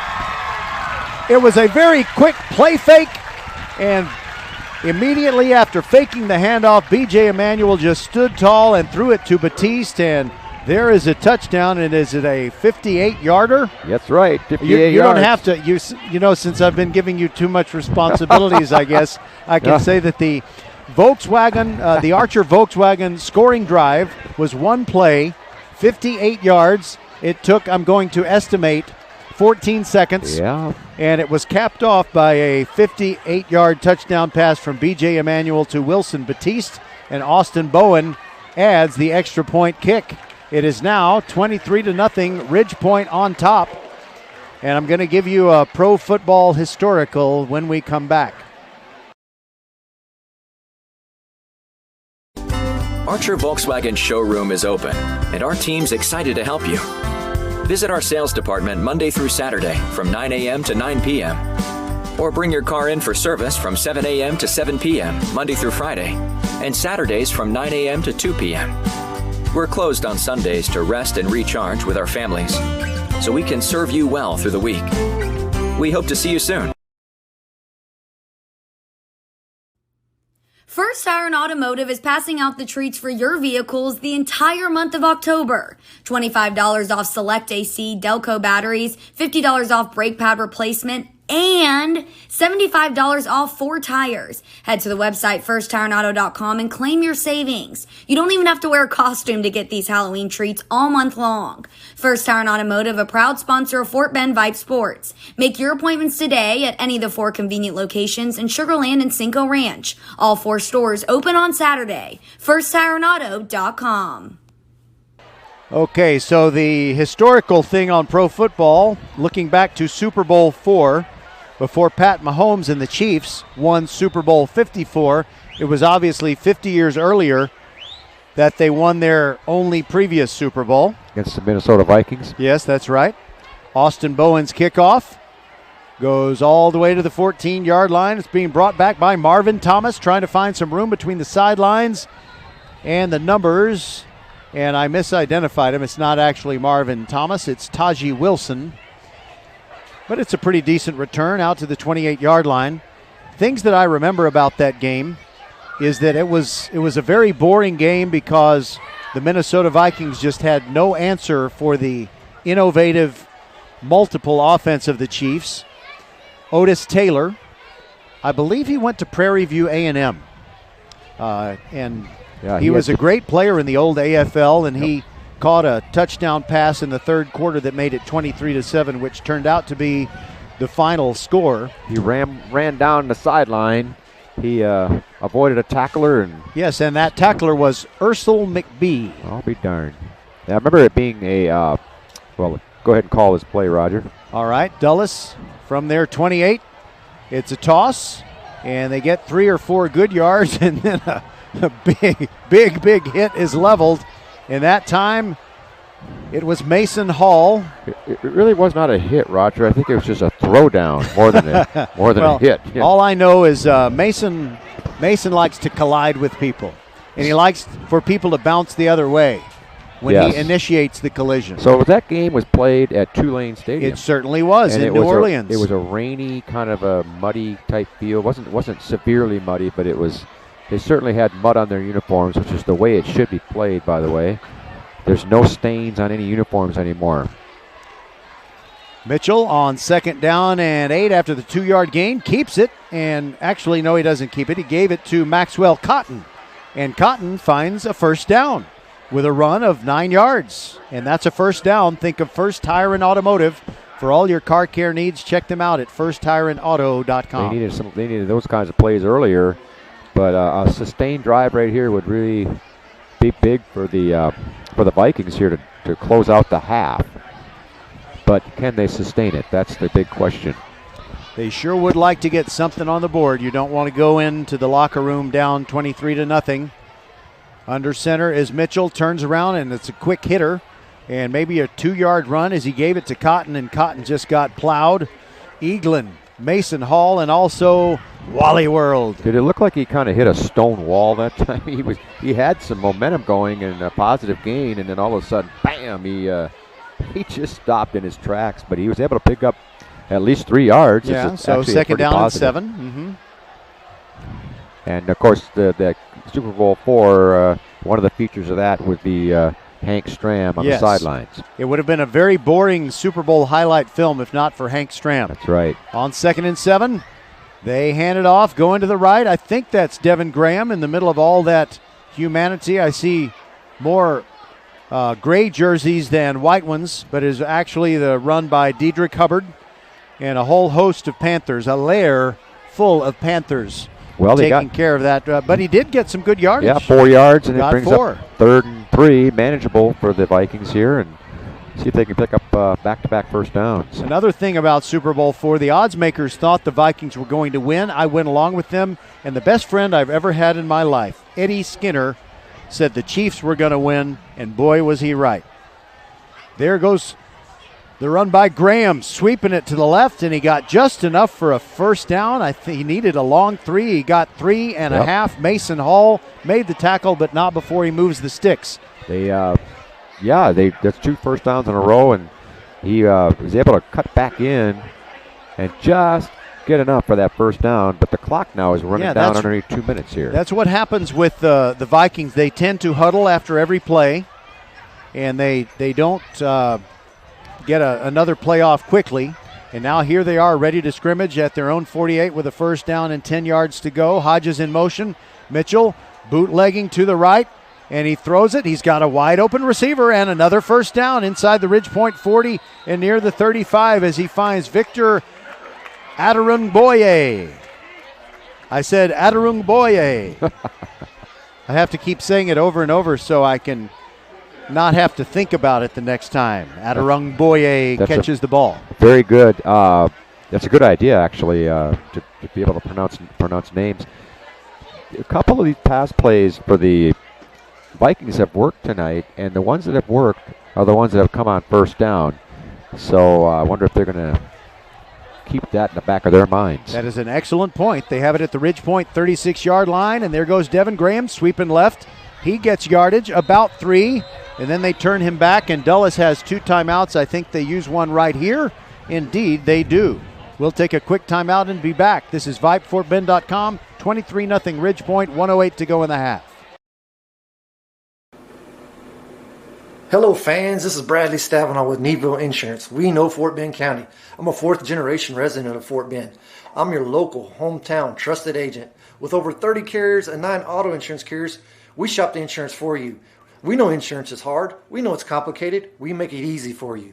We have Spanish speakers here available for you. Call us at 979-793-7411 or needvilleinsurance.com. Once again, call us 979-793-7411. Okay, the Vikings called the shortest timeout in the history of football. Actually, I saw an official signal timeout, and the scoreboard shows that Dulles didn't actually call one. Right. So and then they threw incomplete on 2nd and 7, so now it's 3rd and 7. It's hard to know exactly how many timeouts they have because I thought they had used 2 earlier, which would have left them with 1, but the scoreboard still says 2. And maybe they're giving them 5. Maybe. 3rd down and 7. Spread formation. Mitchell fakes a handoff, runs away from trouble, throws near sideline looking for Adarungboye, and it's incomplete over his head, but he was well covered.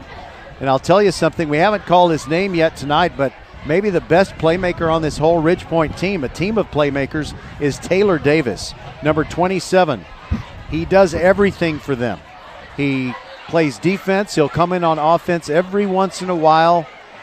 He plays special teams and picks off passes, and he's just a great player. So with 46 3/10 seconds to go, after that incomplete pass, it's now 4th and 7 for Dulles. And they're too close to punt, too far away to kick a field goal. And we're going to get a 4th down play, but not before we get a timeout called by Dulles. They have 1 left. We'll be back. Hi, this is Mariela and Melina coming to you from Nick's Italian Restaurant, where you can come and try one of our house specialties, the Nick's Shrimp, or one of our chicken pistachios. Not in the mood for food, you can also try one of our savory desserts like our homemade tiramisu or cannoli. We're located on FM 1464, just north of Austin High School. Can't dine in? You can call ahead at 346-401-1546 7 days a week from 11 a.m. to 10 p.m. Or you can hit us on one of the major delivery platforms, Uber, Grubhub, or DoorDash. We look forward to seeing you here at Nick's Italian Restaurant, where our family gets bigger every time you stop by. All right, see what Dulles cooked up. 4th down and 7. They have it at Ridgepoint's 33-yard line. Mitchell protected, steps up in the pocket, trying to get away. He's hit, and he is brought down. I think it's going to be officially a sack because he lost half a yard, and it was Dorsey. Correction, Cortez Nichols, number 52, and now Ridgepoint's offense is huddled around Coach Rick LaFavors, And I think that they have plans for the final 38 seconds of this half. I don't think they want to just sit on it. I would be surprised if they didn't pass here.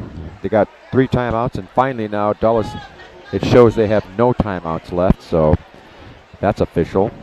So let's name the receivers. You've got Session out to the right, and on the left side, it's Stefan Pasapia, Wilson Batiste, and I think the other one, I'm not sure. Keeler and Charlo. B.J. Emanuel stands strong. Plenty of time he has all day. He could unwrap a sandwich. Now he's going to run. 40-yard line, 45, 50, and out of bounds. And hit late, but I think the official did a great job of not throwing a flag because all he did was tap him. Right. Well, when he got out of that pocket, he's on the right side. There was literally nobody on the down the sideline there, and he just kind of waltzed down the sideline for 20 yards. Waltzed is a good name for how he moves. He doesn't look like he's running hard, but man, he's fast. 1st and 10, looks right, can't find anything, moves over to the left side of the field. Now he's going to keep it again inside the Dulles 40, and he runs out of bounds at the 36, and that stops the clock with 20 seconds to go. Well, that's 2 big running plays off of the pass attempts by Emanuel, and I just don't want to sound strange, but they were just very, very easy runs. He just wide open, and of course Dulles is trying to stay on the receivers, and they're not accounting for the run from the quarterback. All right, BJ on 1st and 10 throws it deep for the far corner near the pylon, over the shoulder, caught and out of bounds at the half-yard line is Marvin Session. He had to look back over his shoulder. He made the catch, and by the time he looked down, he was running at just a couple of degrees off of the angle he would have needed to get into the end zone. So if there was such a thing as fantasy football playing in high school, people who had drafted Marvin Session would be very disappointed that he didn't get that touchdown. But the Panthers have 3 timeouts and 13 and 3/10 seconds to go. Correction, they now have 2 timeouts because they just called one. Well, and I think they're going to get good potential for even 30 points on the scoreboard in the half. Yeah, they're at the 1-yard line. The clock it's not really a huge factor. Even if they don't get it on a run play, they got timeouts to use, so they're in good position to add to the lead, as you said, Roger. And it's interesting you even brought up fantasy football in the high school for high school play. Well, they do Next that. Thing you know, they're going to have something like that. Yeah, I don't want to speculate on that, but you're probably right. We are probably going to see it. By the way, I hope they give it to Phillips. You know, he's number 30, the fullback. He never gets to carry the football. Yeah, give him some. And his grandma is sitting right down there. She would be so happy if they would let Phillips score a touchdown. And I'm disrespecting him by not using his first name. He's Ryan Phillips. Well, I think he would love to get the ball, and I think he'd have a lot of energy to get across the line. He would just be so grateful. Yes. He will say, so this is what a football feels like in your hands. Yeah, this is what it feels like. And this is what it feels like to score a touchdown. It seems like they're taking a long time in the huddle here. They had a timeout, and now they're huddling. And I know this game's not on TV. It almost looks like they're going to call another timeout. No way. I don't know what's going on. The play clock's look how not tall running. Jackson Fields is. Yeah, very tall. The play clock's not even running, so I'm not sure what's going on. They're at the line now. By the way, much shorter than Jackson Fields is Sarah Merrifield of High School Scoreboard Live, and she is our halftime guest. And that's the other guest. Yeah, that's right. And it's B.J. Emanuel faking a handoff, rolling to his left, looking in the end zone, being pursued, and he flips it into the end zone, and it's almost intercepted, but it falls incomplete. He had Carter Groen, and guess who? Was it Ryan Phillips over there in the corner with Groen? It was just kind of a little backhanded flip. It was, I have to say, an ill-advised pass. Unfortunately for him, he kind of tried to force it in there. Might have been better off just eating that one up. I'm trying to figure out who was pursuing him so effectively. Well, he was in hot pursuit, as Jackie Gleason said in Smokey and the Bandit. 6 seconds left now, Roger. 2nd down and goal. And they give it to Jolly, and he was hit in the backfield, but he kept on going, slipped a tackle into the end zone. He goes What a first half for Ezel Jolly. 3 touchdowns scored by Ridge Point's feature back. And it's 29-0 with the extra point to come. And as he scores, the second quarter clock expires. Well, so I'll tell you what, Patrick, we're going to have to jump into these halftime interviews real let's quick. Get to it. Oh, yeah. I ought to turn the thing on. That'll be good. So we'll take a quick break after Austin Bowen attempts the extra point. His extra point is up, and it's good. Our halftime score, Ridge Point 30, Dulles nothing. We'll be back after this from Vype. Hey high schoolers, are you interested in a career in sports media? Vype can help. Launched in 2017, our Vype U Ambassador Program is a one-of-a-kind educational scholarship program that offers high school students a chance to gain hands-on experience in the sports media field. Vype U also gives students a platform to build their portfolio of creative work under the guidance of Vype's seasoned professionals. From covering games to publishing photos, writing articles, and conducting on-camera interviews, each Vype U ambassador receives an immersive experience geared toward their interests, while promoting their own school and preparing them for their future. Email info@vypemedia.com to find out more about Vype U today.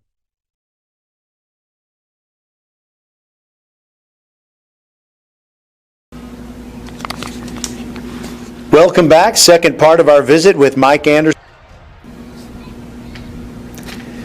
It's halftime here on VypeFortBend.com, and our halftime score is Ridge Point 30, Dulles nothing. What a great guest we have for you for this ball game. We've got Mike Anderson, the president of the Texas High School Football Hall of Fame. A lot of you folks out there love high school football, but you may not even know there's a Texas High School Football Hall of Fame. Mr. Anderson, thanks for being with us, and tell us a little bit about the history of the Hall of Fame up until now.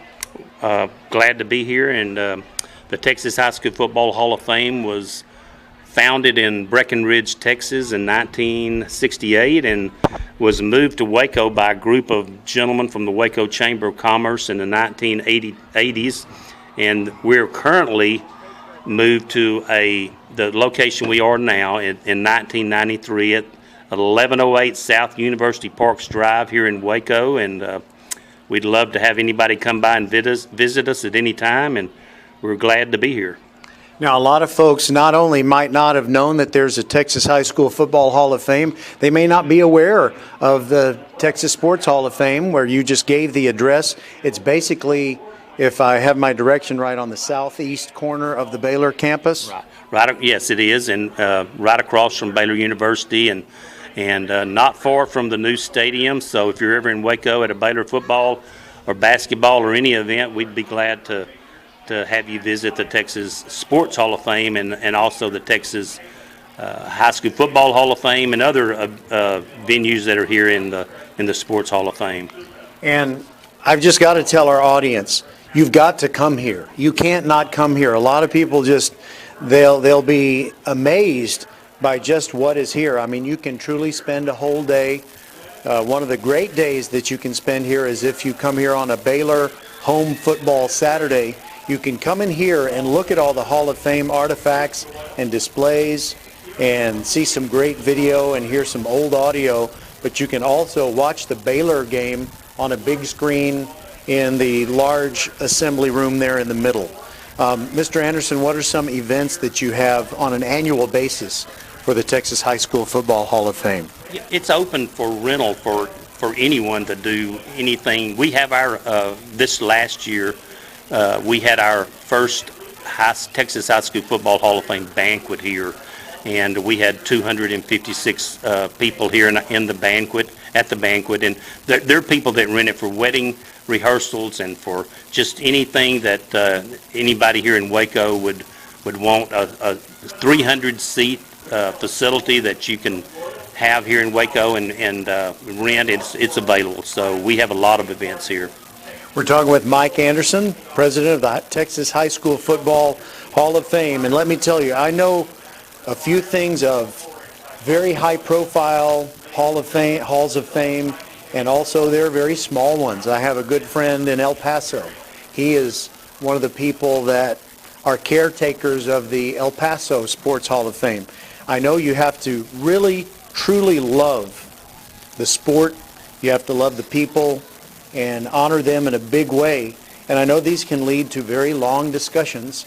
So when you get together and decide who's going to get inducted, how do those discussions go and who all is involved in them and about how long do they take? Well, we have a committee of 40, we have a board of 40 gentlemen who are on the Texas High School Football Hall of Fame board. And of those board, we have 7 gentlemen, 7 of our members that are on the selection committee. And we meet around the 1st of August every year. And so that's when anyone can nominate a person for the Texas High School Football Hall of Fame. You can do it by just calling in a name or emailing a name to us, and we'll get that person presented to that committee. But it's sad sometimes that we go into that meeting and we don't have all the names that we need to have, because if we don't have someone nominated or somebody's name is not brought to us, we're definitely not experts on this. So sometimes it goes a long time, sometimes it's pretty cut and dry. So it's a very honor for us and for those guys that are on that committee to be a part of that. So it's a really easy thing to do, and we look forward to it every year. I have to tell you something else. If you were to maybe set the degree of difficulty for figuring out who should go into a certain Hall of Fame, I would put it out there that this is the hardest one of all when you think about how expansive Texas is, how it has grown, how many different players play football in this state at the high school level. Now we have more than 100 seasons to draw on, and we have, I think, about 330 or so inductees to this point. Yeah, and that's the deal. We honor the 1959s and before, the 1960s, the 1970s, the 1980s, the 1990s, the 2000s, and then we have 2 coaches. We realized many years ago that we would never get to all the coaches, and so now we're inducting 2 coaches each year, and we also have a category that is the contributor to the Dave Campbell contributor to the game, and that covers just anyone that has contributed to Texas high school football, maybe not ever played a down, but we have referees and UIL people and coaches association people. So it's a big task, but we enjoy doing it and we look forward to it every year. We're going to take a quick break and talk a little bit more with Mike Anderson. And I don't want you to go Google it. That's lazy. But I want you to think about who are the 2 Fort Bend County high school players who are not only, well, one of them is in both the Pro Football Hall of Fame and the Texas High School Football Hall of Fame. One of them is in the Texas High School Football Hall of Fame, and he's not in a college Hall of Fame or a pro one, but he's really the most obvious choice of anybody who's played Texas high school football. We'll be back on VypeFortBend.com. Are you ready? Ready for anything. For what life throws at you, at your kids. Are they ready to study, research, write papers? To do all the amazing things they don't even know they're capable of yet. Internet Essentials from Comcast brings affordable, high-speed internet to your home for only $9.95 a month. Now available to low-income households eligible for public assistance programs like Medicaid, the National School Lunch Program, SNAP, housing assistance, and others. Visit InternetEssentials.com to apply. No credit check, contract, or installation fee. Taxes, extra restrictions apply.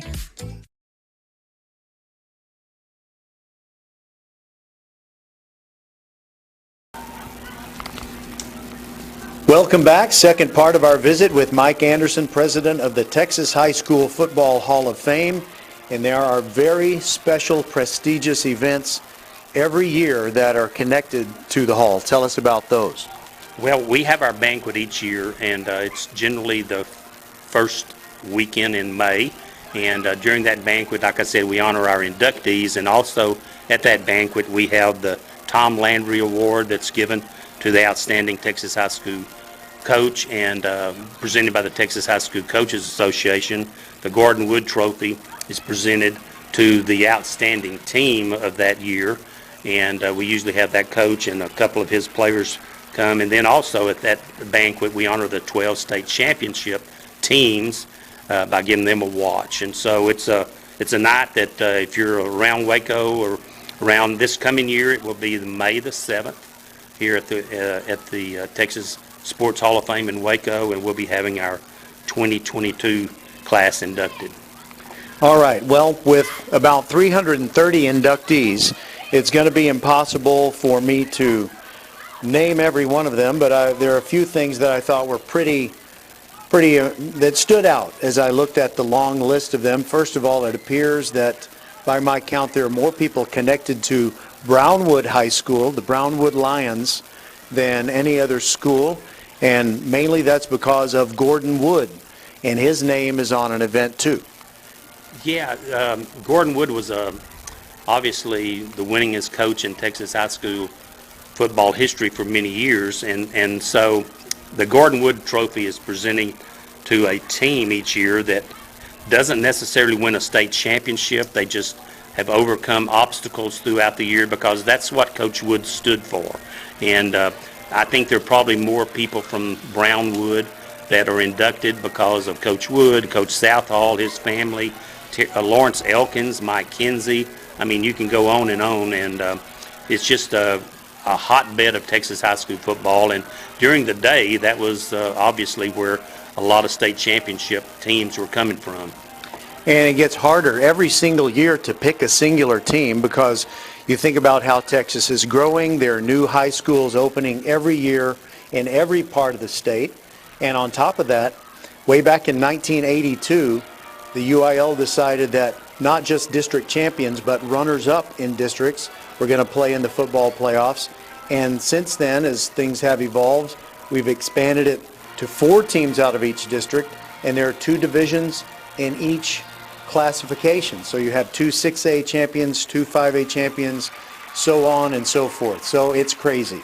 Well, there's no question, if you were to say, as far as players, not so much coaches, but players, who would be the very first person that should be in the Texas High School Football Hall of Fame? Clearly, it is Kenneth Hall. He is the Sugarland Express, and he was in part of your not your first class, I don't believe. I think he went in maybe in 1969. That was your second class. Yeah, obviously he is very deserving, as there's so many that are deserving of that, and Kenneth Hall is just not only a great player but a good person, and I'm assured that his records some of them have fallen by now, but him being from your area is a special time, and he's a special gentleman. All right, and now we move to the other Fort Bend County high school product who's in the Texas High School Hall of Fame. He's also in the Pro Football Hall of Fame, and that is the pride of Willow Ridge, Thurman Thomas. And I'll name, along with Thurman Thomas, here are the Pro Football Hall of Famers who are also in the Texas High School Football Hall of Fame in alphabetical order. Sammy Baugh, Earl Campbell, Mean Joe Green, Forrest Gregg, Bobby Lane, Mike Singletary, Charlie Taylor, the aforementioned Thurman Thomas, Y.A. Tittle, LaDainian Tomlinson, and Doak Walker. And Drew Brees is also part of the Texas High School Hall of Fame. It's just a matter of time before he is inducted into the Pro Football Hall of Fame. Quite an august class, wouldn't you say? That's definitely a group that a lot of big-time names, and we're excited that those gentlemen have joined us. You know, one of our rules about being inducted into the Texas High School Football Hall of Fame is that if you're living, you have to attend, and all of those gentlemen have been here in Waco at different times, and Thurman Thomas, I think, was inducted in 1992, and we're honored to have all of those as part of the Texas High School Football Hall of Fame. By the way, the greatest Woodlands Highlander who ever lived, Danny Amendola, he is in the most recently inducted class, and you have some other guys that I think it's just a matter of time for them to get in here, and one of them being John Randall. As you drive northward on Highway 6 toward Waco, you pass through Hearn, I believe it is, and it says Hearn is the home of John Randall. And Charlie Taylor, he was a great player with I can say it, Washington Redskins, because that's what they were. Chuck Dykus was also part of this most recent class. Tyrone Thurman, the Mighty Mite from Texas Tech, David Warren, and Danny Amendola, as we said. And there are also some fun nicknames that I don't know that Mr. Anderson knows any of these personally, but we've got Cecil Honk Irvin, Alfred Biggin Rose, Barton Bachi Koch, H.H. Jinx Tucker, James Froggy Williams, not to be confused with James Williams, who's the head coach of the Fort Bend Marshall Buffs. And if he has a nickname, he's never shared it with me. W.W. Wendy Nicholas, John Drew Booty Johnson, and there you go. That's my all nickname team. Anything that you want to add, Mr. Anderson? I just want people to know how great this is. I want them to know they can come to come to Waco and come to the Texas Sports Hall of Fame. It'll be a real treat. They won't regret it. So what are the ways they can contact you before they make their way here? Well, we're just hoping that they would come to Waco and be a part of coming through the Hall of Fame. And like I said, it's not only the Texas High School Football Hall of Fame, but they'll see other Hall of Fames that are located, Texas Sports Hall of Fame, rooms that the Tom Landry room is a room in itself, and I think you could probably spend all day in there. But we're excited about y'all taking the time to have us on here today and to spread the word and talking about the Texas High School Football Hall of Fame and the Texas Sports Hall of Fame. And all you got to do is put that in your search box, and it'll take you right to the website, tshof.org, I believe it is. That's correct. And so come up here, put it on your bucket list, and make sure you get here before you run out of time to check things off your bucket list. Thank you, Mike Anderson, for being with us. Thank you very much. I appreciate y'all having us here.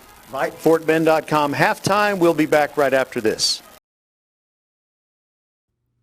First Iron Automotive is passing out the treats for your vehicles the entire month of October. $25 off select AC Delco batteries, $50 off brake pad replacement, and $75 off 4 tires. Head to the website firstironauto.com and claim your savings. You don't even have to wear a costume to get these Halloween treats all month long. First Iron Automotive, a proud sponsor of Fort Bend Vype Sports. Make your appointments today at any of the 4 convenient locations in Sugar Land and Cinco Ranch. All 4 stores open on Saturday. firstironauto.com.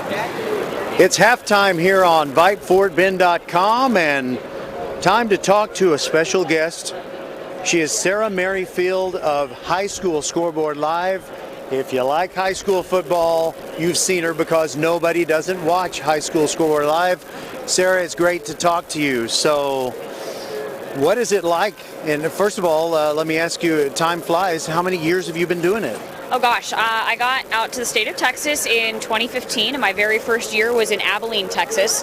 My very first game was covering Abilene Cooper and Abilene High at Shotwell Stadium. It was quite an experience because I'm from California, so that was a whole new world in and of itself, but I've been here ever since and made my trip from Abilene to Austin, now up to the Dallas-Fort Worth area to work for Bally Sports Southwest. Well, before we even started this interview, I asked you, do you know Mike Alexander? And you said yes. He's a great videographer for Bally Sports and High School Scoreboard Live, and he and I both went to college in Abilene, and we worked 4 stations in Abilene, and wow, the stories we could tell. But this is about Sarah Merrifield. First of all, for those of you who are baseball fans out there, you're not related to Whit Merrifield, but you had to talk to him to be sure, right? Yes, we had a little conversation. My very first Rangers game actually on the road was in Kansas City, and I asked myself the same question. I was so curious, so I walked across the hallway into their open media room and got a chance to meet him. We determined that we are not related. However, very nice guy, and he was kind enough to even give me one of the shirts that has our last name on the back. So really good dude, and fun to have that connection, even though we're not related. Oh, and interesting to you and maybe to a few listeners, I introduced Mike to his wife. Oh, how sweet. Oh, it is such a small world. She's Leanne from DeSoto. Oh, okay. And so we were having one of those late night study parties that ended up being pizza eating parties and not much studying. Mike came over to Leanne's, and I can't remember the girl that I was actually studying with, but so Mike was smitten instantly. He really liked Leanne, and then I talked to her a couple of days later, and she was thinking she didn't really feel the same way. And then a couple of weeks later, I said, have you told Mike? Because, you know, you just need to tell him. She said, well, maybe I changed my mind.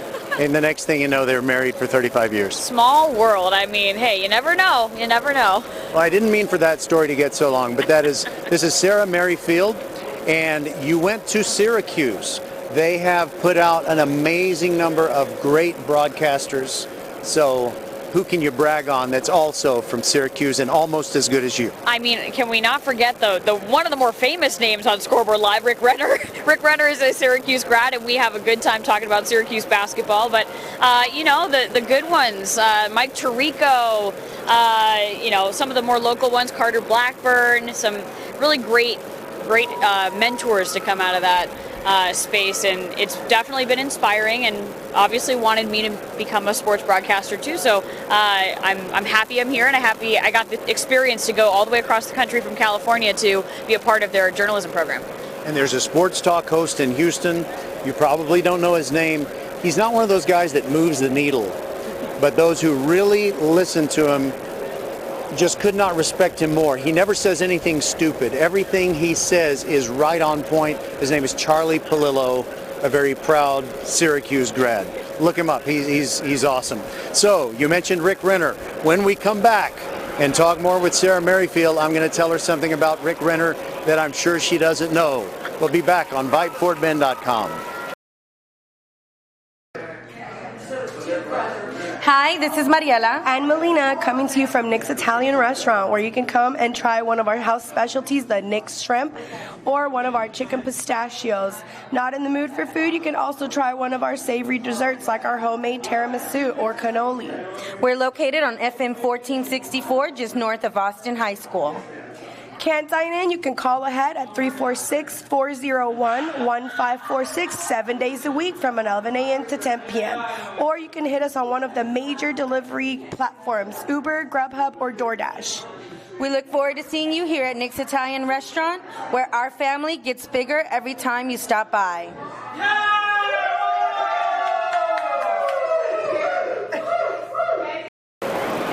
Welcome back during our halftime visit with Sarah Merrifield. She's on a high school scoreboard live, and you'll have to wait a few more seconds before the little Rick Renner thing. But it's really amazing to me what's happened with high school scoreboard live, how this show has evolved. It used to be 1 hour, and now it's 2 hours, and that's not really enough. With the technology that enables you to just go all over the state, you can basically cover games without being there. But that said, how many reporters are there like yourself that go out to wherever they need to go week by week? We have a handful, and over the last couple of years, we've definitely used our resources, and you know, up to 7 reporters, or during our Texas Football Days coverage, we have up to 10.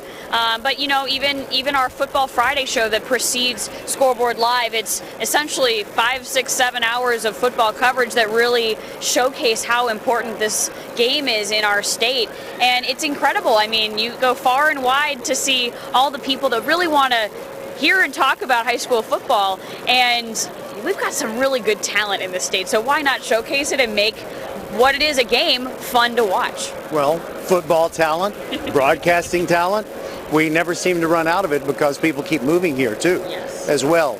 So I know they work you very hard. You'll go do a game on a Thursday night and do the on-field post-game and then the little wrap-up, and then you'll do another one on Friday. What was the longest you've had to travel in 1 week doing the show? Oh gosh,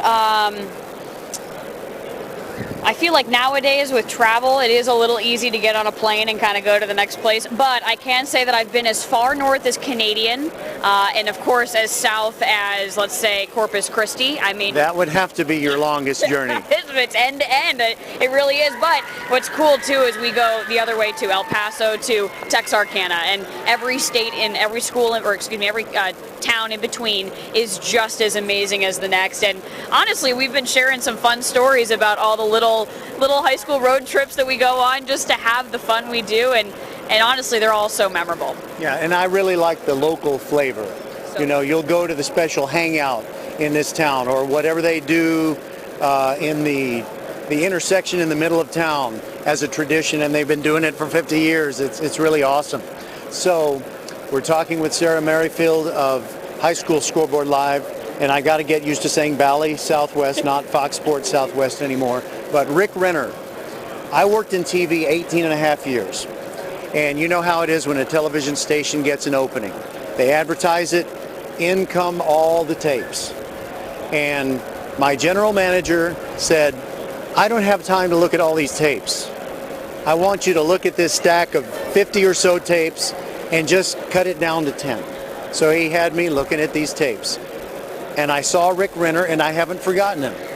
And I think it's fantastic that Rick gets to be in a place where he can be him.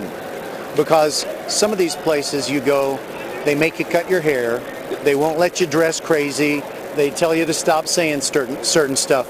But what is Rick like when he's not on the air? Rick is the big-hearted, energetic, fun ball of energy that we get to work with every single day, and he is exactly like he is on TV in person, authentic and just a great presence on television and great person to be around, great coworker, and his hair is real, fun fact. But no, he is a journeyman too. He's done kind of everything, and it's a great opportunity for someone like myself who has really only been in the business for 7 years to learn from someone like him, because he has really seen it all and had a lot of opportunity to meet so many people. Unfortunately, he's not at the Texas Coaches Convention, but this is his favorite event because he is such a networker and a really fun presence to be around. Sarah, I forgot to tell you, don't make any time references. It's October, okay? The summer convention that happens every July or in the off season, Rick wasn't able to be a part of it, and he missed that event so much because he is such a networking guy, and his communication skills honestly are one of the better parts of him because he's so good at it. But no, he is exactly advertised on TV as he is in real life, and it's a joy to have him as a part of our team. I could match him corny reference for corny reference, though, I guarantee you. Yeah, I have more time than he does when I do a 3-hour football game, so I can just kind of wait until the opportunity comes along. Yeah, the one we give him a hard time for is You to Manville, because we've heard that over 1 million times. I might even submit a few. I'll send them to him. So, Sarah Merrifield, thanks very much for being with us on our halftime program, and also thank you and the rest of the staff for not wearing masks anymore. I can't wait to be back out there on the football field. No, you've been doing it for several weeks now, remember? It's so exciting to be back out on the football field and have a sense of normalcy this season. Man, oh man, we definitely missed it. All right, plausibly live from a football game near you, VypeFortBend.com. We'll be back. Thank you, Sarah. We shall return. Interested in Vype Campus? Vype Campus brings our popular citywide media days right to your doorstep. As a Vype Campus client, we will work with you to help you take advantage of our unique campus model to build a unique experience for your school. From media day photo shoots of all your athletes to game day coverage, broadcasts and live streams, video and digital content, hype videos, the Vype U program, same-day graphics, and of course your very own campus magazine, Vype Campus is truly whatever you want it to be. Email info@vypemedia.com to find out how to join Vype Campus today. Are you ready? Ready for anything. For what life throws at you, at your kids. Are they ready to study, research, write papers? To do all the amazing things they don't even know they're capable of yet. Internet Essentials from Comcast brings affordable, high-speed internet to your home for only $9.95 a month. Now available to low-income households eligible for public assistance programs like Medicaid, the National School Lunch Program, SNAP, housing assistance, and others. Visit InternetEssentials.com to apply. No credit check, contract, or installation fee. Taxes, extra restrictions apply. Welcome back, everybody, to Hall Stadium, where the Ridgepoint Panthers and the Dulles Vikings have come back out onto the field. Let me turn myself up a little. Hopefully you can hear me better now. In case you missed what I said earlier, the Ridgepoint Panthers and Dulles Vikings are back out on the field. It is 30-0 Ridgepoint on top, and you are probably enjoying our halftime interviews with Mike Anderson and Sarah Merrifield. And during the Sarah Merrifield interview, there were squeals of delight on the Ridgepoint side as they announced the homecoming king and queen. But what we're trying to do is figure out, Patrick Kinnick was working hard to write down the names of the king and the queen because we want to share those with you. But unfortunately, we're not exactly sure what the public address announcer said. So we will try to take care of that for you. Welcome back, Patrick. By the way, I think earlier, I don't know if you caught kind of the gist of, you had been pointing out that I've given you more responsibilities. Yeah. And I said, well, no good deed goes unpunished, which means you do a good job with stuff, and the more someone dumps into your lap, well, since you did so well with this, you should also do this in addition to the first thing. Because you did such a good job before. Hey, look over there to your left. I think that might be a mom who would know who the king and the queen are. I got to do something. And there goes Patrick, the man who would find out the name of the king and the queen. All right, so Ridge Point is running back out onto the field, and of course they have a little bit of smoke to go with their bursting out of the inflatable tunnel. And what they have done is they've been a quick strike team, and Patrick has mission accomplished.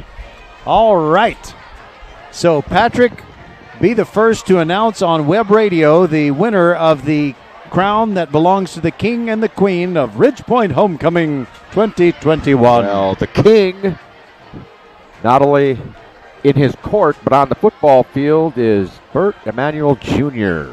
What a surprise. How about that? Yeah. Actually, I don't know whether he was going to win or not, but, man, that my grandma used to have a saying that said, he has the world by the tail with a downhill pull. Isn't that nice? And so he's got a great family. He's got a great future dad ahead. Who was a former NFLer who teaches him many wonderful things. In addition to what he learns from the Ridge Point coaches, he's got great athletic talent, and now he's the homecoming queen.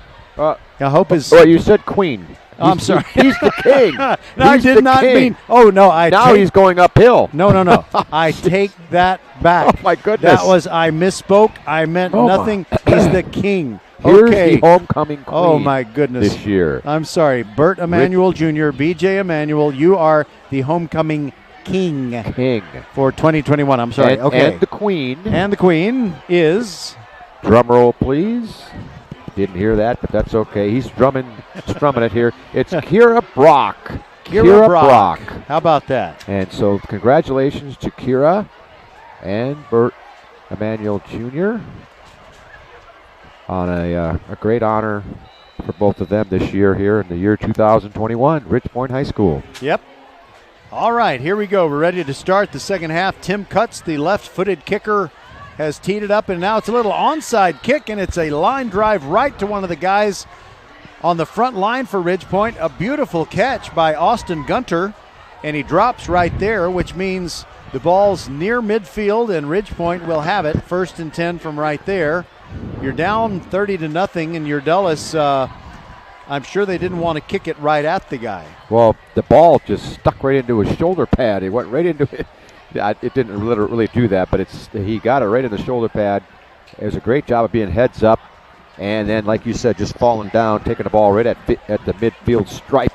Great field position to start the second half, as if they needed more great news. Up 30-0 already. Well, there's going to be a big game next week between Ridge Point and George Ranch. And so Ridge Point is probably already thinking about that game. And here we go with Kieran Charlo. Jet sweep coming from the left side of the field to the right. And great reaction on the part of the Dulles defense. They were able to corral him. Jeff Ohakawa and Travion Richard steering him back toward the middle of the field. It's only a pickup of 3 on the jet sweep. Yeah, Second down and 7. Looked like it was going to get more, and like you said, good pursuit by the Viking defense. Rolled him out of bounds. 3-yard gain. So now they got a 2nd and 7 here. Now that you got the answer about the king and the queen from the mom, well, now I see high school students up here that you could ask. Quick pass to the sideline. It is Emmanuel firing one to Marvin Session, and he's right at the 40-yard line of Dulles. That's exactly what he needed for the first down. He was belted hard, Tilly by Jackson Tilly, but not before he picked up the necessary yardage. It was a pretty darn good form tackle there by Jackson Tilly. unfortunately, the reception was made right at the first down mark, which gives the Panthers another first down here at the 40-yard line inside Viking territory. Emmanuel barking out the count. Ridgepoint Band is playing, but they hear him. He drops straight back, has all day to throw, moves over to his left, surveying the field. Dominic Williams was pressuring him, and he simply had to throw the football away. That late pressure forced him to throw it away. You said he had a lot of time. Generally speaking this evening, he has had a lot of time to pass the football. We are playing football, right? Yes. And that makes it for a better opportunity to complete passes when you feel comfortable in that pocket, and he has felt pretty comfortable. Not only that, but he's able to get a couple of nice rushing yard scrambles late in the first half, if you remember that last drive they had. 2nd down and 10 for BJ, dropping back, standing strong, quick flip over the middle, got a first down inside the 25-yard line to the 23. And who did he find? I'll tell you who he found. He found Gabriel Bro, and Gabriel Don't Tase Me Bro picks up 17 yards and a first down for the Panthers. That was another one of those plays where he went just like a little hook pattern. We used to call him a button hook. Remember that? We sure did. And he just sat there about 10 yards downfield, and he was open by about 5 yards, and then ran for another 5. 3 receivers on the left side of the pattern. Spread formation. Emmanuel drops back, wants to throw again. Plenty of time, moves left, throws late, got a completion. Wilson Batiste, 10-5, touchdown, Panthers. Well, 23-yard strike. That was another button hook pattern. He just sat there, and I've never seen guys so open on that kind of a pattern. And that time he did what he's supposed to do, ran right up the field and got into the end zone. Well, guess what? Ridgepoint is going to give Holden Gray a chance to do some place kicking. He will attempt the extra point out of the hold of Carson Gordon. By the way, Carson Gordon is the backup quarterback for the Panthers, and I see his family sitting down there a little bit below us and to the right, and I'll bet they would be very excited if he gets on the field. Holden Gray's kick is up, and it is good. And a great catch by assistant principal Rick Gaines. No, wait a minute, that's not Mr. Gaines, but that looks like it could be his son. Anyway, our new score, 37-0, Ridgepoint on top of Dulles. And we'll be back on VypeFortBend.com. Hello fans, this is Bradley Stavanaugh with Needville Insurance. We know Fort Bend County. I'm a 4th generation resident of Fort Bend. I'm your local, hometown, trusted agent. With over 30 carriers and 9 auto insurance carriers, we shop the insurance for you. We know insurance is hard. We know it's complicated. We make it easy for you. We have Spanish speakers here available for you. Call us at 979-793-7411 or needvilleinsurance.com. Once again, call us 979-793-7411. Let's see if that works better. We are back. Okay, Patrick, talk to me. Let's see how you sound. Well, you sound I don't great. know what to say. Yeah, leave it with the we made a minor adjustment in our audio equipment. Yes, it is. Sometimes the minor adjustments can make a major difference. Another kickoff. He hasn't kicked deep at all tonight. All these pop-up jump kicks. It's Holden Gray. He hasn't kicked off at all with his. Now it is. And it is a beautiful lob wedge that's going to land 1 foot from the hole. No, that wasn't golf, but it was very much like it. There's a nice effort on the kickoff return. Carter Truscott, you know, we've called his name so many times in previous Dulles broadcasts, but we had not seen Carter until tonight. That's interesting. Makes you wonder if he played the first half. I don't remember seeing him out there. But he did a lot of running and back and forth, bouncing and so on. He ended up with about a 2-yard gain. Yeah, he was so kind of a pinball that time. A return to the 22-yard line as Dulles moves from right to left here in the third quarter. And they have the ball on the left hash. And it's Jarrett Mitchell at quarterback. It's a toss sweep. Cole Hodges trying to get out of the backfield, and he is hit by Alejandro Colbert, one of the captains tonight for Ridgepoint, a tackle for loss of 3 yards. 2nd down and 13, and that was one of those form tackles. Oh, yes. He kind of put the shoulder into the hip, yep, basically, and just wrapped up his legs, and there you go. Yeah, he got him low, and the legs were maintained. No chance for any more running, and a loss of 4 yards. Not a great start for the Viking offense here in the second half. They trail already 37-0. By the way, with the game 37-0, we might have to make some interesting random observations during the game. And there is a run to the right, and it's a no gain as Dedrick Hubbard tries the right side, and there's just a whole bunch of Ridgepoint Panthers waiting for him there. Cortez Nichols helping to wrap him up. Roger, a whole bunch of them. You know how many guys were down in there? Nine.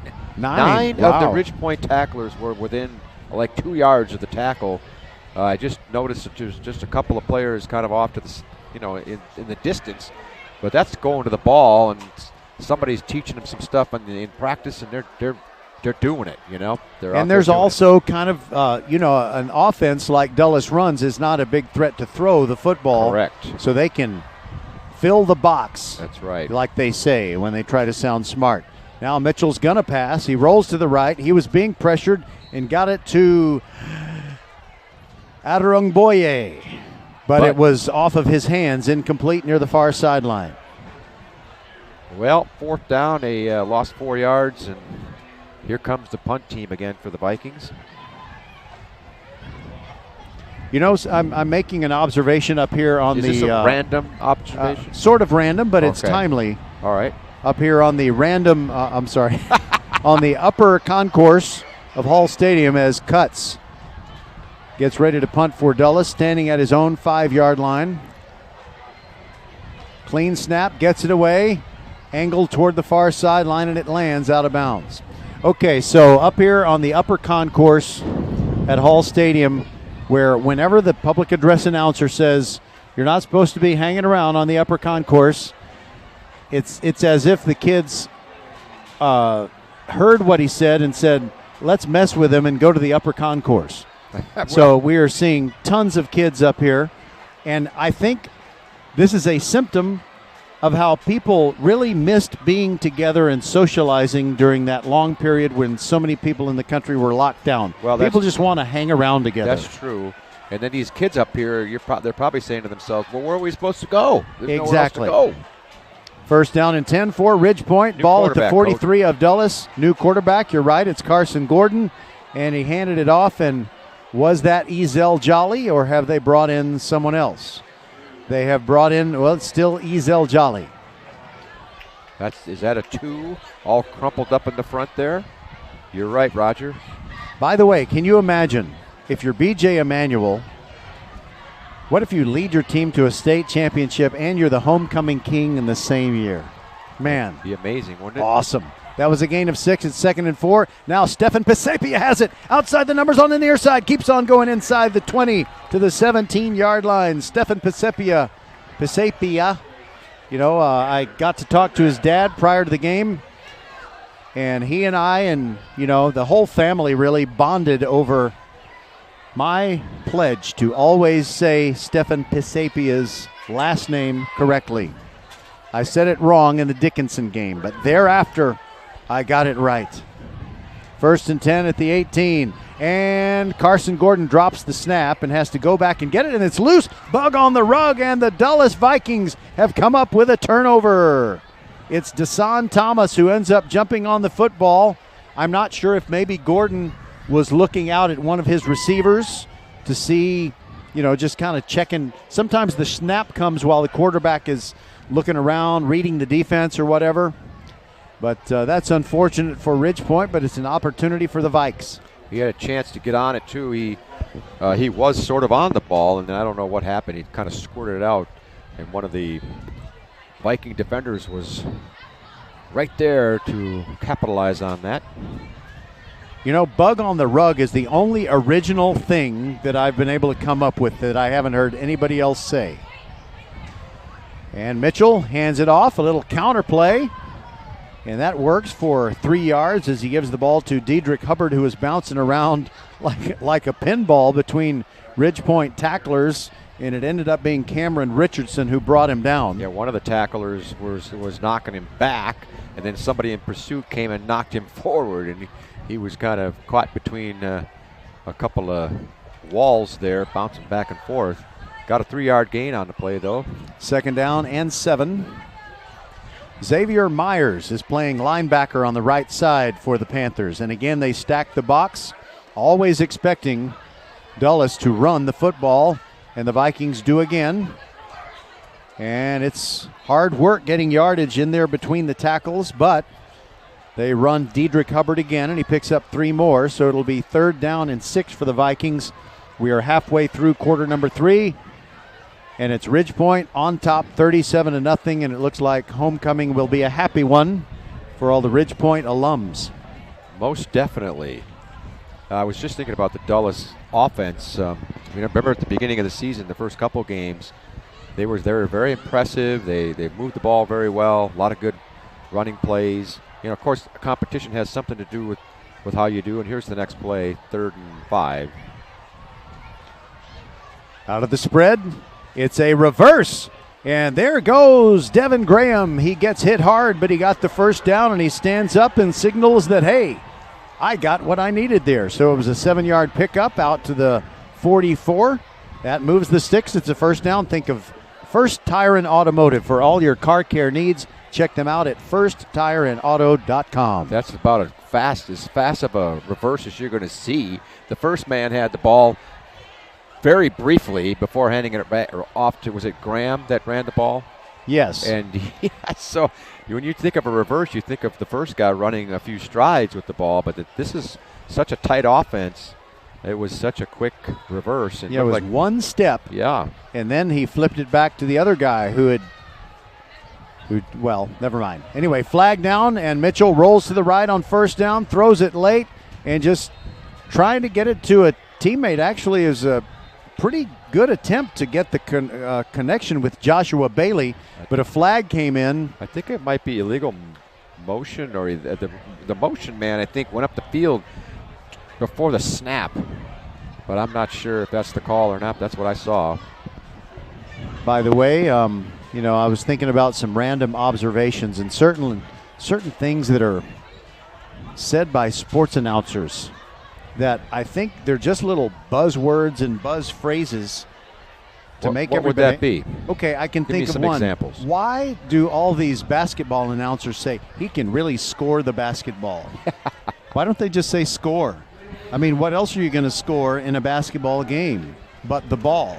Well, it's just silly to me. Here's another one, Roger, that I've discovered over the years here, and we've officially hit the random conversations here more than midway through the third quarter, 37-0 Ridgepoint. I'll get to that after this play here, Roger. It's 1st and 15, and it was a penalty on the Dulles Vikings. Mitchell with his gloved hands it off, and running right is Maxwell Cotton, and he only gets a couple, so it'll be 2nd down and 13. What were you going to say? Here it is. Back when we were young, of course, when you start saying that, when we were young, you start realizing you're getting kind of old. Any young people we had in our audience are tuning us out. No, go ahead. When they talked about basketball players, they'd say, he's tall. That guy's tall. Now they're long. They're not tall, they're long. Yeah. And you get the guy who's doing the analysis. They'll say, what about that guy? He said, well, he's long, he's athletic. Yeah. And there's a play here, Roger, for up what? The middle they go. So back to the 44, which is the place where the front of the first down chains are. They'll have a 3rd and 10, will the Vikings. So when you hear a guy say he's athletic and blah, blah, blah, what players in professional sports are not athletic? I mean, you can't get to that level and not be athletic. Yeah. Right? Am I wrong? I would say generally, you're right. There might be a few sports like sometimes you'll look at a pitcher. For example, the White Sox, Lance Lynn, whom the Astros lit up yesterday. He's not really athletic. He can throw hard, but he's not so much athletic. And now it is Mitchell rolling to the right. Has some time, throws late, and it's incomplete. And he was trying to get it to Adarung-Boye. There you go. Awesome. I can do it in my sleep now. He was open. I think he threw it literally behind him, and no chance for him to make the reception. Now, I've not heard the athletic so much as baseball, but in the football, in the basketball, you hear those those descriptions, and I don't know a basketball player out there in the NFL or the NBA who's not athletic. My goodness. Dulles is going to punt on 4th and 10, and it's Cutts standing at his 30. High snap, but he gets it and gets the punt away, and it's Ashton Bethel Roman wants to return it, but he's not going to be able to. It kind of bounced straight up when it landed near the 25, keeps on rolling, trickling down to the 22, and that's where Dulles will start. Now, I did hear something. It makes sense, but, sometimes people have to be sitting around thinking, well, I'll sound smarter if I say this a different way. Have you watched Bijan Robinson? He's a running back for the Texas Longhorns.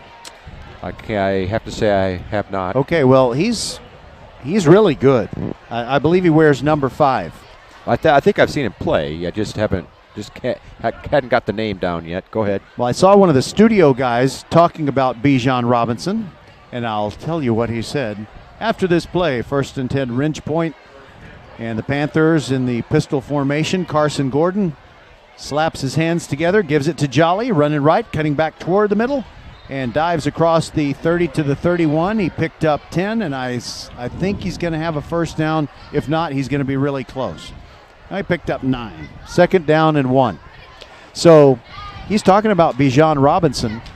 You sound a lot smarter when you say contact balance than saying it's really hard for him to get knocked down.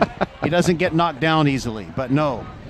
And speaking of someone who has contact balance, Ezell Jolly runs up the middle for 8 more yards and a first down at the 42-yard line. And well, now you got me going now, Roger. You're just triggering all these things. Now in football, how many?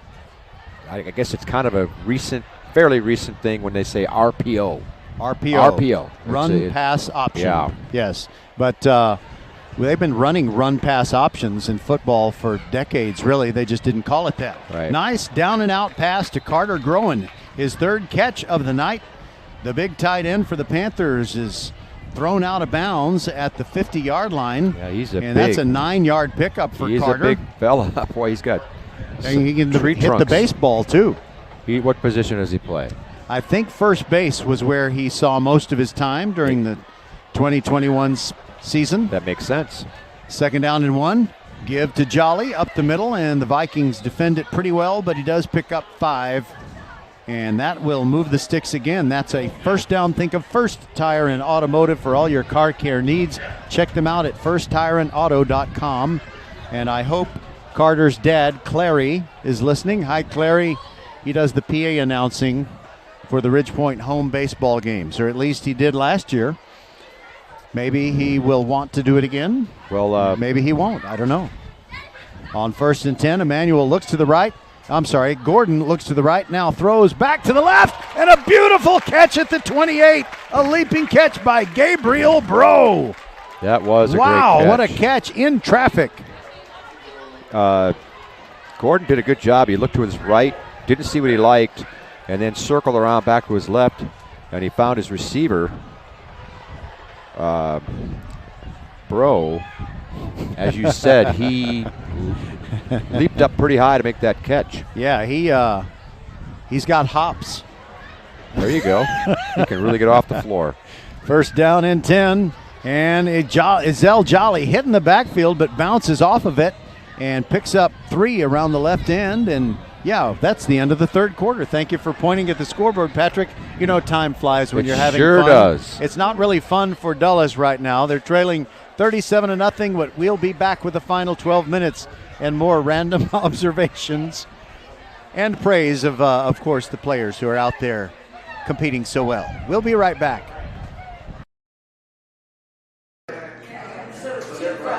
Hi, this is Mariela and Melina coming to you from Nick's Italian Restaurant, where you can come and try one of our house specialties, the Nick's Shrimp, or one of our chicken pistachios. Not in the mood for food? You can also try one of our savory desserts like our homemade tiramisu or cannoli. We're located on FM 1464, just north of Austin High School. Can't dine in? You can call ahead at 346-401-1546 7 days a week from 11 a.m. to 10 p.m. Or you can hit us on one of the major delivery platforms, Uber, Grubhub, or DoorDash. We look forward to seeing you here at Nick's Italian Restaurant, where our family gets bigger every time you stop by.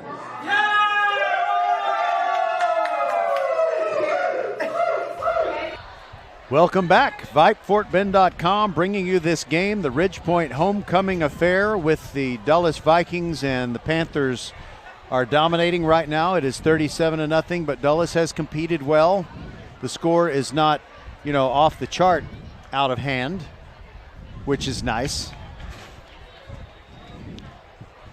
Well, here they are, 2nd and 8. 2nd and 8. Carson Gordon drops back, hit as he throws, underthrows it, and it's picked. The Vikings get a pick at the 10-yard line. It is Alfred Antwi, and one official is saying he caught it, and Antwi looked like he needed to argue with one of the officials, but I didn't see anyone say incomplete. Yeah, I'm not sure maybe he was just celebrating. And they gave him 3 yards. He caught it right at the 10. Yeah. I mean, his elbows with the football right above them went down at the 10-yard line. Well, he caught it. They marked it back now to the 11, at least a little closer to the 10. Well, they gave him a free yard, and that's fine. Just take it, and thank you. I didn't see the rusher who rushed in on the quarterback. Yeah. It made him throw the pass a little before he wanted to, and it forced the underthrown pass where Antwi took advantage of it, made a nice diving catch, and the Dulles Vikings have the ball back, but they're unfortunately 89 yards away. Well, I didn't see the pass rusher either, but I did see that Carter Groen was the intended target.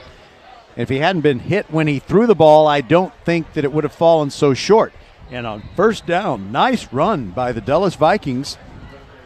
And I think that might be Travion Richard carrying from scrimmage for the first time tonight. Is that number 10? It's 12, I believe. Okay, it's back to number 12, Dedrick Hubbard. And that's the most running room that he's had. And he carried it for 19 yards to the 30-yard line. Yeah, he was not. I don't think he was touched. He was, driven out of bounds, forced out of bounds, but with not much contact. And like you said, he had as much green running space as they've had all night. Dulles moving from left to right in this fourth quarter. They have it at the 30-yard line. There's early movement, whistles, and flags. And I think maybe Ridgepoint jumped offside. Now, I'm going to make an observation about a network. What? Coach down there is. Coach Lefever's. He's just calling his defense over there. He wants to talk to them and say. Well, I'm telling you. He's going to say, hold your water. That's what they say, hold your water. He's not real happy with something out there. But, they jumped. They jumped offside. I know. But it's just, you got a 37-0 lead, but you still got to do some teaching out there, right? Yes. Never stop coaching, never stop competing. Okay, so there's a particular player. I don't know that he's even active still in serving as a color commentator on pro football broadcasts. I believe he's a Hall of Fame player. Name him. Dan Deerdorf. He's not. I don't hear him anymore. Okay, well, he may be getting the lesser assignments. There are some games, if Jacksonville plays... I don't know, if Jacksonville plays the Bears in a noon game, maybe he gets that game. You're saying the Bears are not a good draw? I don't think they should be. Just because they're from Chicago, and what's so great about Chicago anyway? I could say a lot of bad things about Chicago. Anyway. You better be careful. First down and 5. Yeah, I'll get killed by someone from Chicago. Okay, here we go. Vikings running the football 3 yards straight up the middle. And I believe that's the guy who's been shouldering so much of the load, Dedrick Hubbard, and he gains 4. It's going to be 2nd down and 1. So they had that 5-yard penalty and then a gain of 4. But Deerdorf is not bad. Never was bad. I thought he was okay. I think he had some pretty good insights. He's just not one of those guys that moves the needle, like you wouldn't want to listen just because he's on the broadcast like you would with Madden. Now you have spurred some other thoughts. So okay, I'm sorry. It takes me a while to get to them. No, let's go. And up the middle we go with another Dulles Vikings run. All right, and it is Hubbard one more time. No, it's not Hubbard. They gave him a break and gave the ball to Terrell Potter. So your thoughts. We're going to finish this Deerdorf thing. Okay, Dan Deerdorf will say this. He frames questions like, You think he doesn't want to win this game?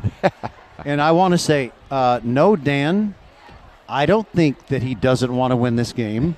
Nobody thinks that he doesn't want to win this game. He's got a great reputation. He's a competitor. Right.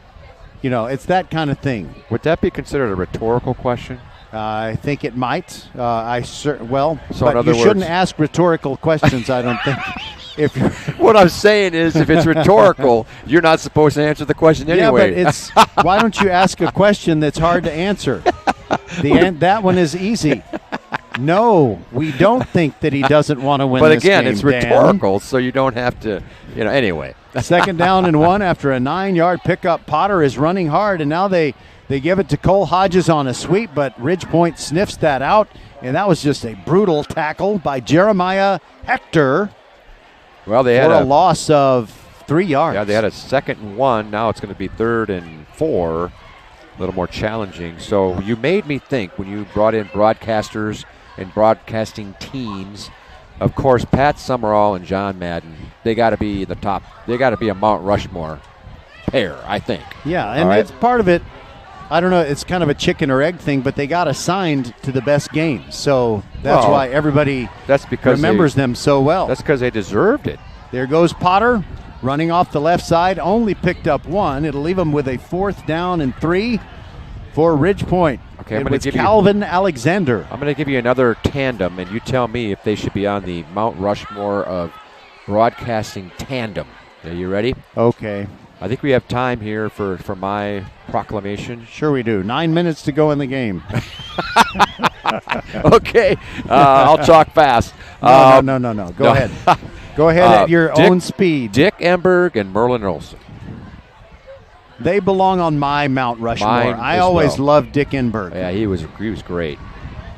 Oh, my. And up the middle, Dulles continuing to gain yardage, and they convert on 4th and 3. It is Potter hard over the right side, knocking Ridgepoint tacklers back, and they get to the 40-yard line with a fresh set of downs.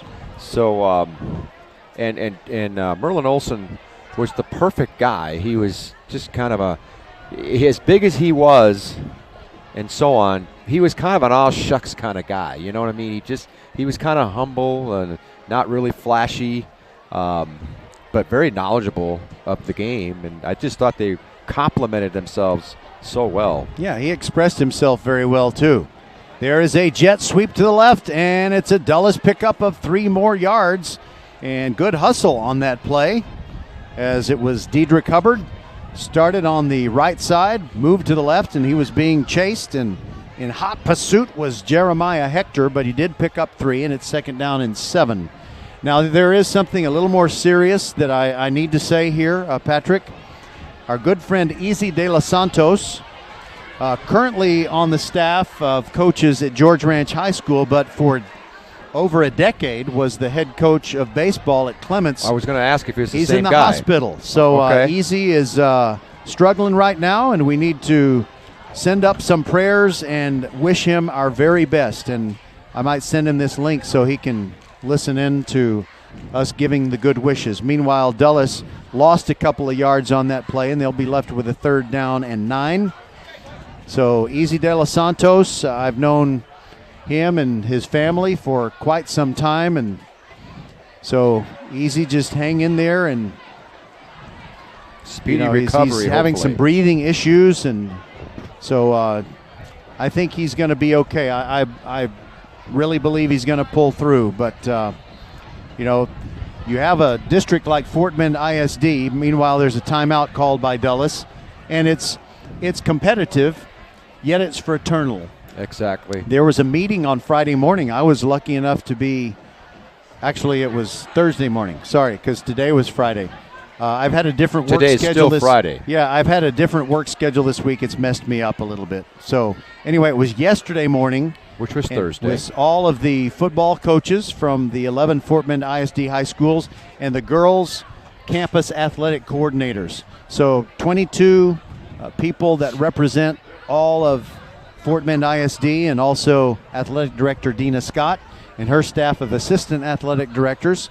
And so it was great to visit with them and kind of see some of the nuts and bolts and be reminded about all the things that they have to take care of. There's so many red tape things, government things, liability things, and just procedural stuff from the UIL, and a lot of it is necessary, but there's just so much to do in addition to getting your team prepared to compete. Right. And they really, really want to win bad. They want to beat that person over there, but they have great respect because we're all sort of in it together. That's Third correct. down and 10 for Dulles, or a long 9, 10, whatever you want to call it. And it's a run up the middle. They never actually bring the running back down, but he doesn't get more than a yard. That's it. It was Maxwell Cotton. And it's 4th and 9, so the Vikings may have no better opportunity to score than right here. Yeah, this will be one of their last chances. I had another tandem of broadcasters that came to my mind. Pat Summerall, before the John Madden era, was with a guy named Tom Brookshire. Yes, I remember Summerall and Brookshire. They were actually pretty darn good back, well, it would have been in the early 70s, I guess. Yeah. Even the late 70s. Yeah. Mitchell pressured. He tried to bootleg. He thought he'd have a little chance to set his feet and throw, but as soon as he turned around, he had a face full of Justin Brown, and number 37 hit him, and he just threw it toward the sideline. It flutters to earth, incomplete, harmlessly. And Ridge Point will have the football now. So, let's see. Another good football announcer that I liked, I couldn't remember who he worked with, was, maybe you could remind me who he worked with, was Kurt Gowdy. Who did Kurt he work Gowdy, with? yeah. Who was he? When I was very young, he worked with Al DeRogatis. Okay. I'm trying to think who his partner was after Al DeRogatis was no longer sportscasting. They brought in Dandy Don Meredith for a couple of seasons when he was not on Monday Night Football. He left Monday Night Football and came back to it. Phillips in motion. Gordon hands it off straight up the middle.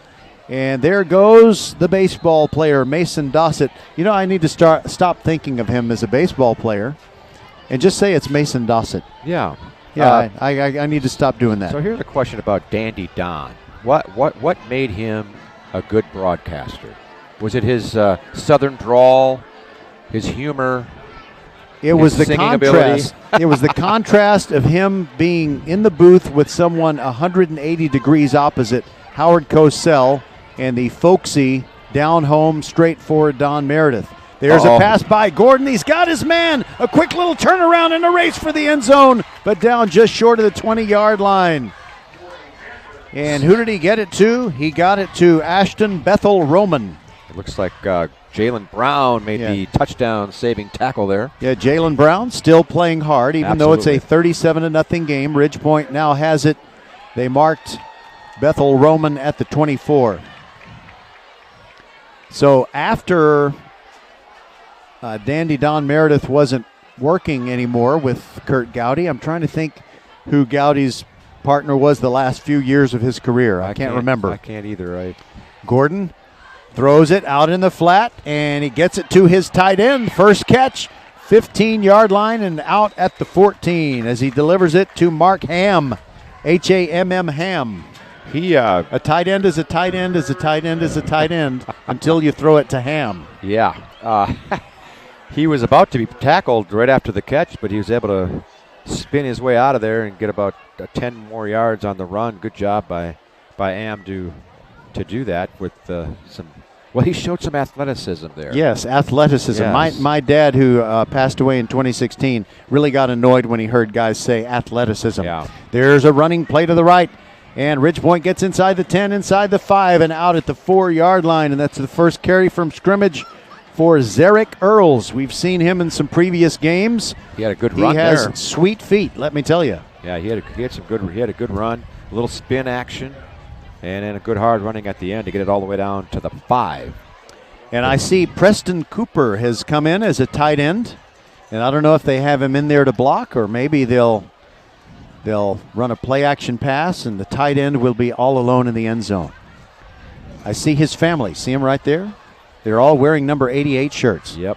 But there is a run. Mason Dossett off the right side and into the end zone for a touchdown.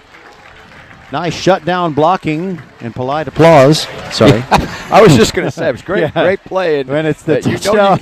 You know you got a big lead when you score, and there's not much applause for the score. Yeah, I'm sorry. I didn't finish saying applause before I turned that up. But it's all about timing, Roger. First touchdown.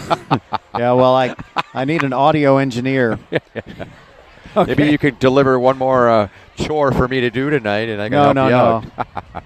Holden Gray will kick the extra point, and he gets a lot on it, and he did a very polite thing. The Ridge Point band is assembling in the end zone working on something. Yeah. He didn't kick it right down the middle where it could have hit someone right in the French horn, if you know what I mean. He kind of hooked it over there to the left to make sure that no one, got a concussion. So if I meet Holden Gray, I'm going to compliment him for his awareness. He put a little hook on it, and their welfare and well-being. Yeah, that was quite a gesture on his part. 44-0 is the score, sports fans, and it's been all Ridge Point. It's been kind of a methodical game. They went up 30-0 at halftime, and early third quarter touchdown, and then now this one here. Since you mentioned Dick Enberg, I was going to ask you if you ever got to see a sports game show called Sports Challenge. I believe so. That was, I think you can go to YouTube, just put in Sports Challenge, Dick Enberg, and you'll get to see these teams would send 3 or 4 guys, and they'd be on a panel. It'll be the Los Angeles Lakers taking on the Minnesota Vikings. They're the real players. The actual players would show up in a suit and tie. They would get sports questions. Yeah, they'd get sports questions. Yeah, or get quizzed. It was awesome. That sounds like a good show, actually. Holden Gray to kick off. And it's a kickoff that comes down at the 24-yard line, and it is Cole. I'll tell you another. I'm sorry, first name Cole. My bad. Cole Hodges gets the return near the 30. Here, I'm going to give you another team of broadcasters, and I think they might be a little underrated overall in the scheme of things, but I thoroughly enjoyed them. In basketball, Marv Albert and the czar of the telestrator. Remember him? That's the czar. Not Doug Collins. Nope, the czar of the telestrator. The czar. Okay, was it a former coach? Former coach. Okay, I can kind of see his face right now. He was a short coach with a boyish face. Yes. Mike Fratello. That's right. There you go. Right. I've been taking my ginkgo biloba. Yeah, Marv Albert used to love to say that. First and 10 from the 30, and the Vikings fumble it, and it is Mitchell, the quarterback, jumping on it to maintain possession. They were a pretty good team for a few years, and I don't know what happened to them. The guys that do it right now are not bad. I kind of like the coach Ben Gundy and Van Gundy, straight shooter. Mark Jackson. They complement each other pretty well. I'm disappointed, Patrick, that there's only 2:33 left to go in this game. I kind of want to talk more about stuff like this. Yeah. I want to talk about one particular announcer that is supposedly great, but I don't think he's so great. All right, great. let me hear you. He's from a long time ago. We're going to hear it. Second down and 11 for Mitchell. Fakes the handoff, bootlegs to the right, being chased, throws late, got a first down to Adarung Boye. Well, he might be just a bit short. Yeah, you're right. I spoke too soon. But it was I think a good he's 2 play. yards shy, but that'll make it a manageable situation. So this Third guy down and only one. Is overrated in your opinion? Yes. Lindsey Nelson. I like him. Oh, I never liked him. Larry Brown. He got to the 35-yard line. Oh, I just couldn't stand Lindsey He used to Nelson. do Notre Dame football games. Yeah, maybe that's part of it. I would be able to, when I was younger, way back, the Notre Dame football games would be played the next day in a rebroadcast. I'm sorry, never was a Lindsey Nelson fan. And somehow Mitchell got it in the belly of the beast, that being his running back Terrell Potter, and he got what he needed for the first down, and Dulles moves the sticks. I mean, I didn't think he was the best of the best, but I kind of liked his. The sound of his voice grated on me. Well, how about Chris Schenkel? Chris Schenkel? I kind of liked him. I didn't think he was great, but I loved his enthusiasm for the game of football. But he kind of had an interesting voice as well. And there goes Mitchell dropping back. He's in the arms of a Ridge Point defender, and he throws it away, and that's probably going to be grounding. It was Jeremiah Hector who was all over him like a pit bull on a poodle. Now, is he... was that 51 or 57? I might have misidentified. I think it was 51. Yeah, and now are they as... Yeah, I think I got it right. 51 is Jeremiah Hector. Is he arguing that call, Roger, with a minute to play in the game here? I think he is. I think he is. It was grounding. There's no doubt about it. Coach LaFavors is lobbying for a grounding call with a minute to go. And it was grounding, but I think it's a good time to keep the hanky in the pocket here. Second down and 10. Toss to Cole Hodges, weaving his way through traffic and picking up 3 yards to the 45. Here's one other thing that I want to mention. There's one play-by-play announcer. I think he's one of the all-time greats. He makes every game sound important. All right. And I think he kind of got put out to pasture when he still had plenty of good years left in him. He's still active. Brent Musburger. The guy was just, he made everything that he was, he set the scene so well and made you think, I've got to stay and watch this game. Well, how old do you think he is? I mean, 70-ish, 75-ish. He might have been sent out a little early. I was okay with Brent Musburger.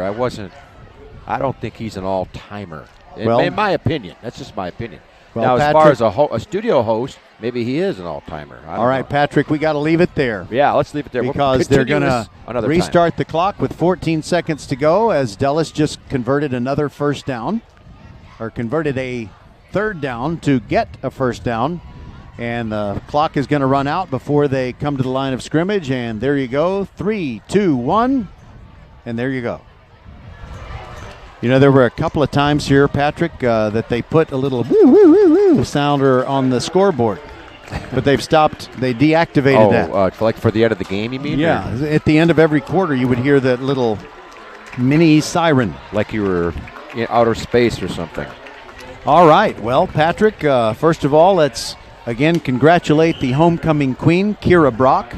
Is it Kyra or Kira? I thought it was Kira. Okay. Well, by the way, she was, I guess, standing there talking to her adoring parents. Just a few rows down below. She's gone somewhere else to meet her loyal subjects now that she's the homecoming queen and the homecoming king. And remember, I said Bert Emanuel Jr., the homecoming king. Yes, we heard it right. Okay. Thank you for correcting me. I can't believe I made that Falc's pass earlier. It's just how it goes sometimes. But the Ridge Point Panthers play kind of like we expected them to do. The cream rises to the top of District 26A, and they will have a chance to prove it again against a tough team in George Ranch, a team that is 3-0 in district games, and that'll be next week. We will not have that game for you, but we will have the volleyball match between these two schools on Tuesday. It'll be at the Dulles Gym, where I get to I get a lofty perch up in a corner of the gym. It's a very interesting place to broadcast from, and the undefeated Ridge Point girls will try to stay that way in their district matches. So, Patrick, do you need to rebut anything that I've said earlier or say anything else to your adoring followers? I need to sleep on it tonight, Roger. I'll have my rebuttal tomorrow. No, can't think of anything. But I do have some more broadcasting names and stuff. Maybe we'll be able to bring up some more in the future. Yes, and we will be here, we being Patrick and myself, here to inform and entertain you in the first game of the day, which is the Kempner Cougars hosting the Terry Rangers. And that'll start at 10:45 with the countdown to kickoff show. And then Patrick's going to leave me.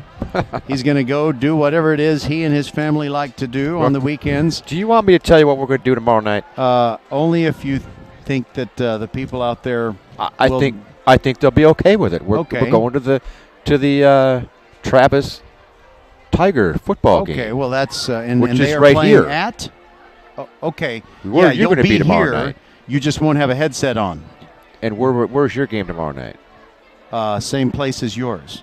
Travis and Bush, right here. Oh, you're doing the Travis Bush game Yeah, tomorrow. I'm doing the Travis Bush game. Oh, my gosh. But you want to watch it because your son Sam is playing his senior season of football. Right. Okay, we've lost everybody. We have. We're the only ones. We're just talking to ourselves. Thanks again for being with us. I also want to thank Rosie, our wonderful producer, for making sure that everything went well.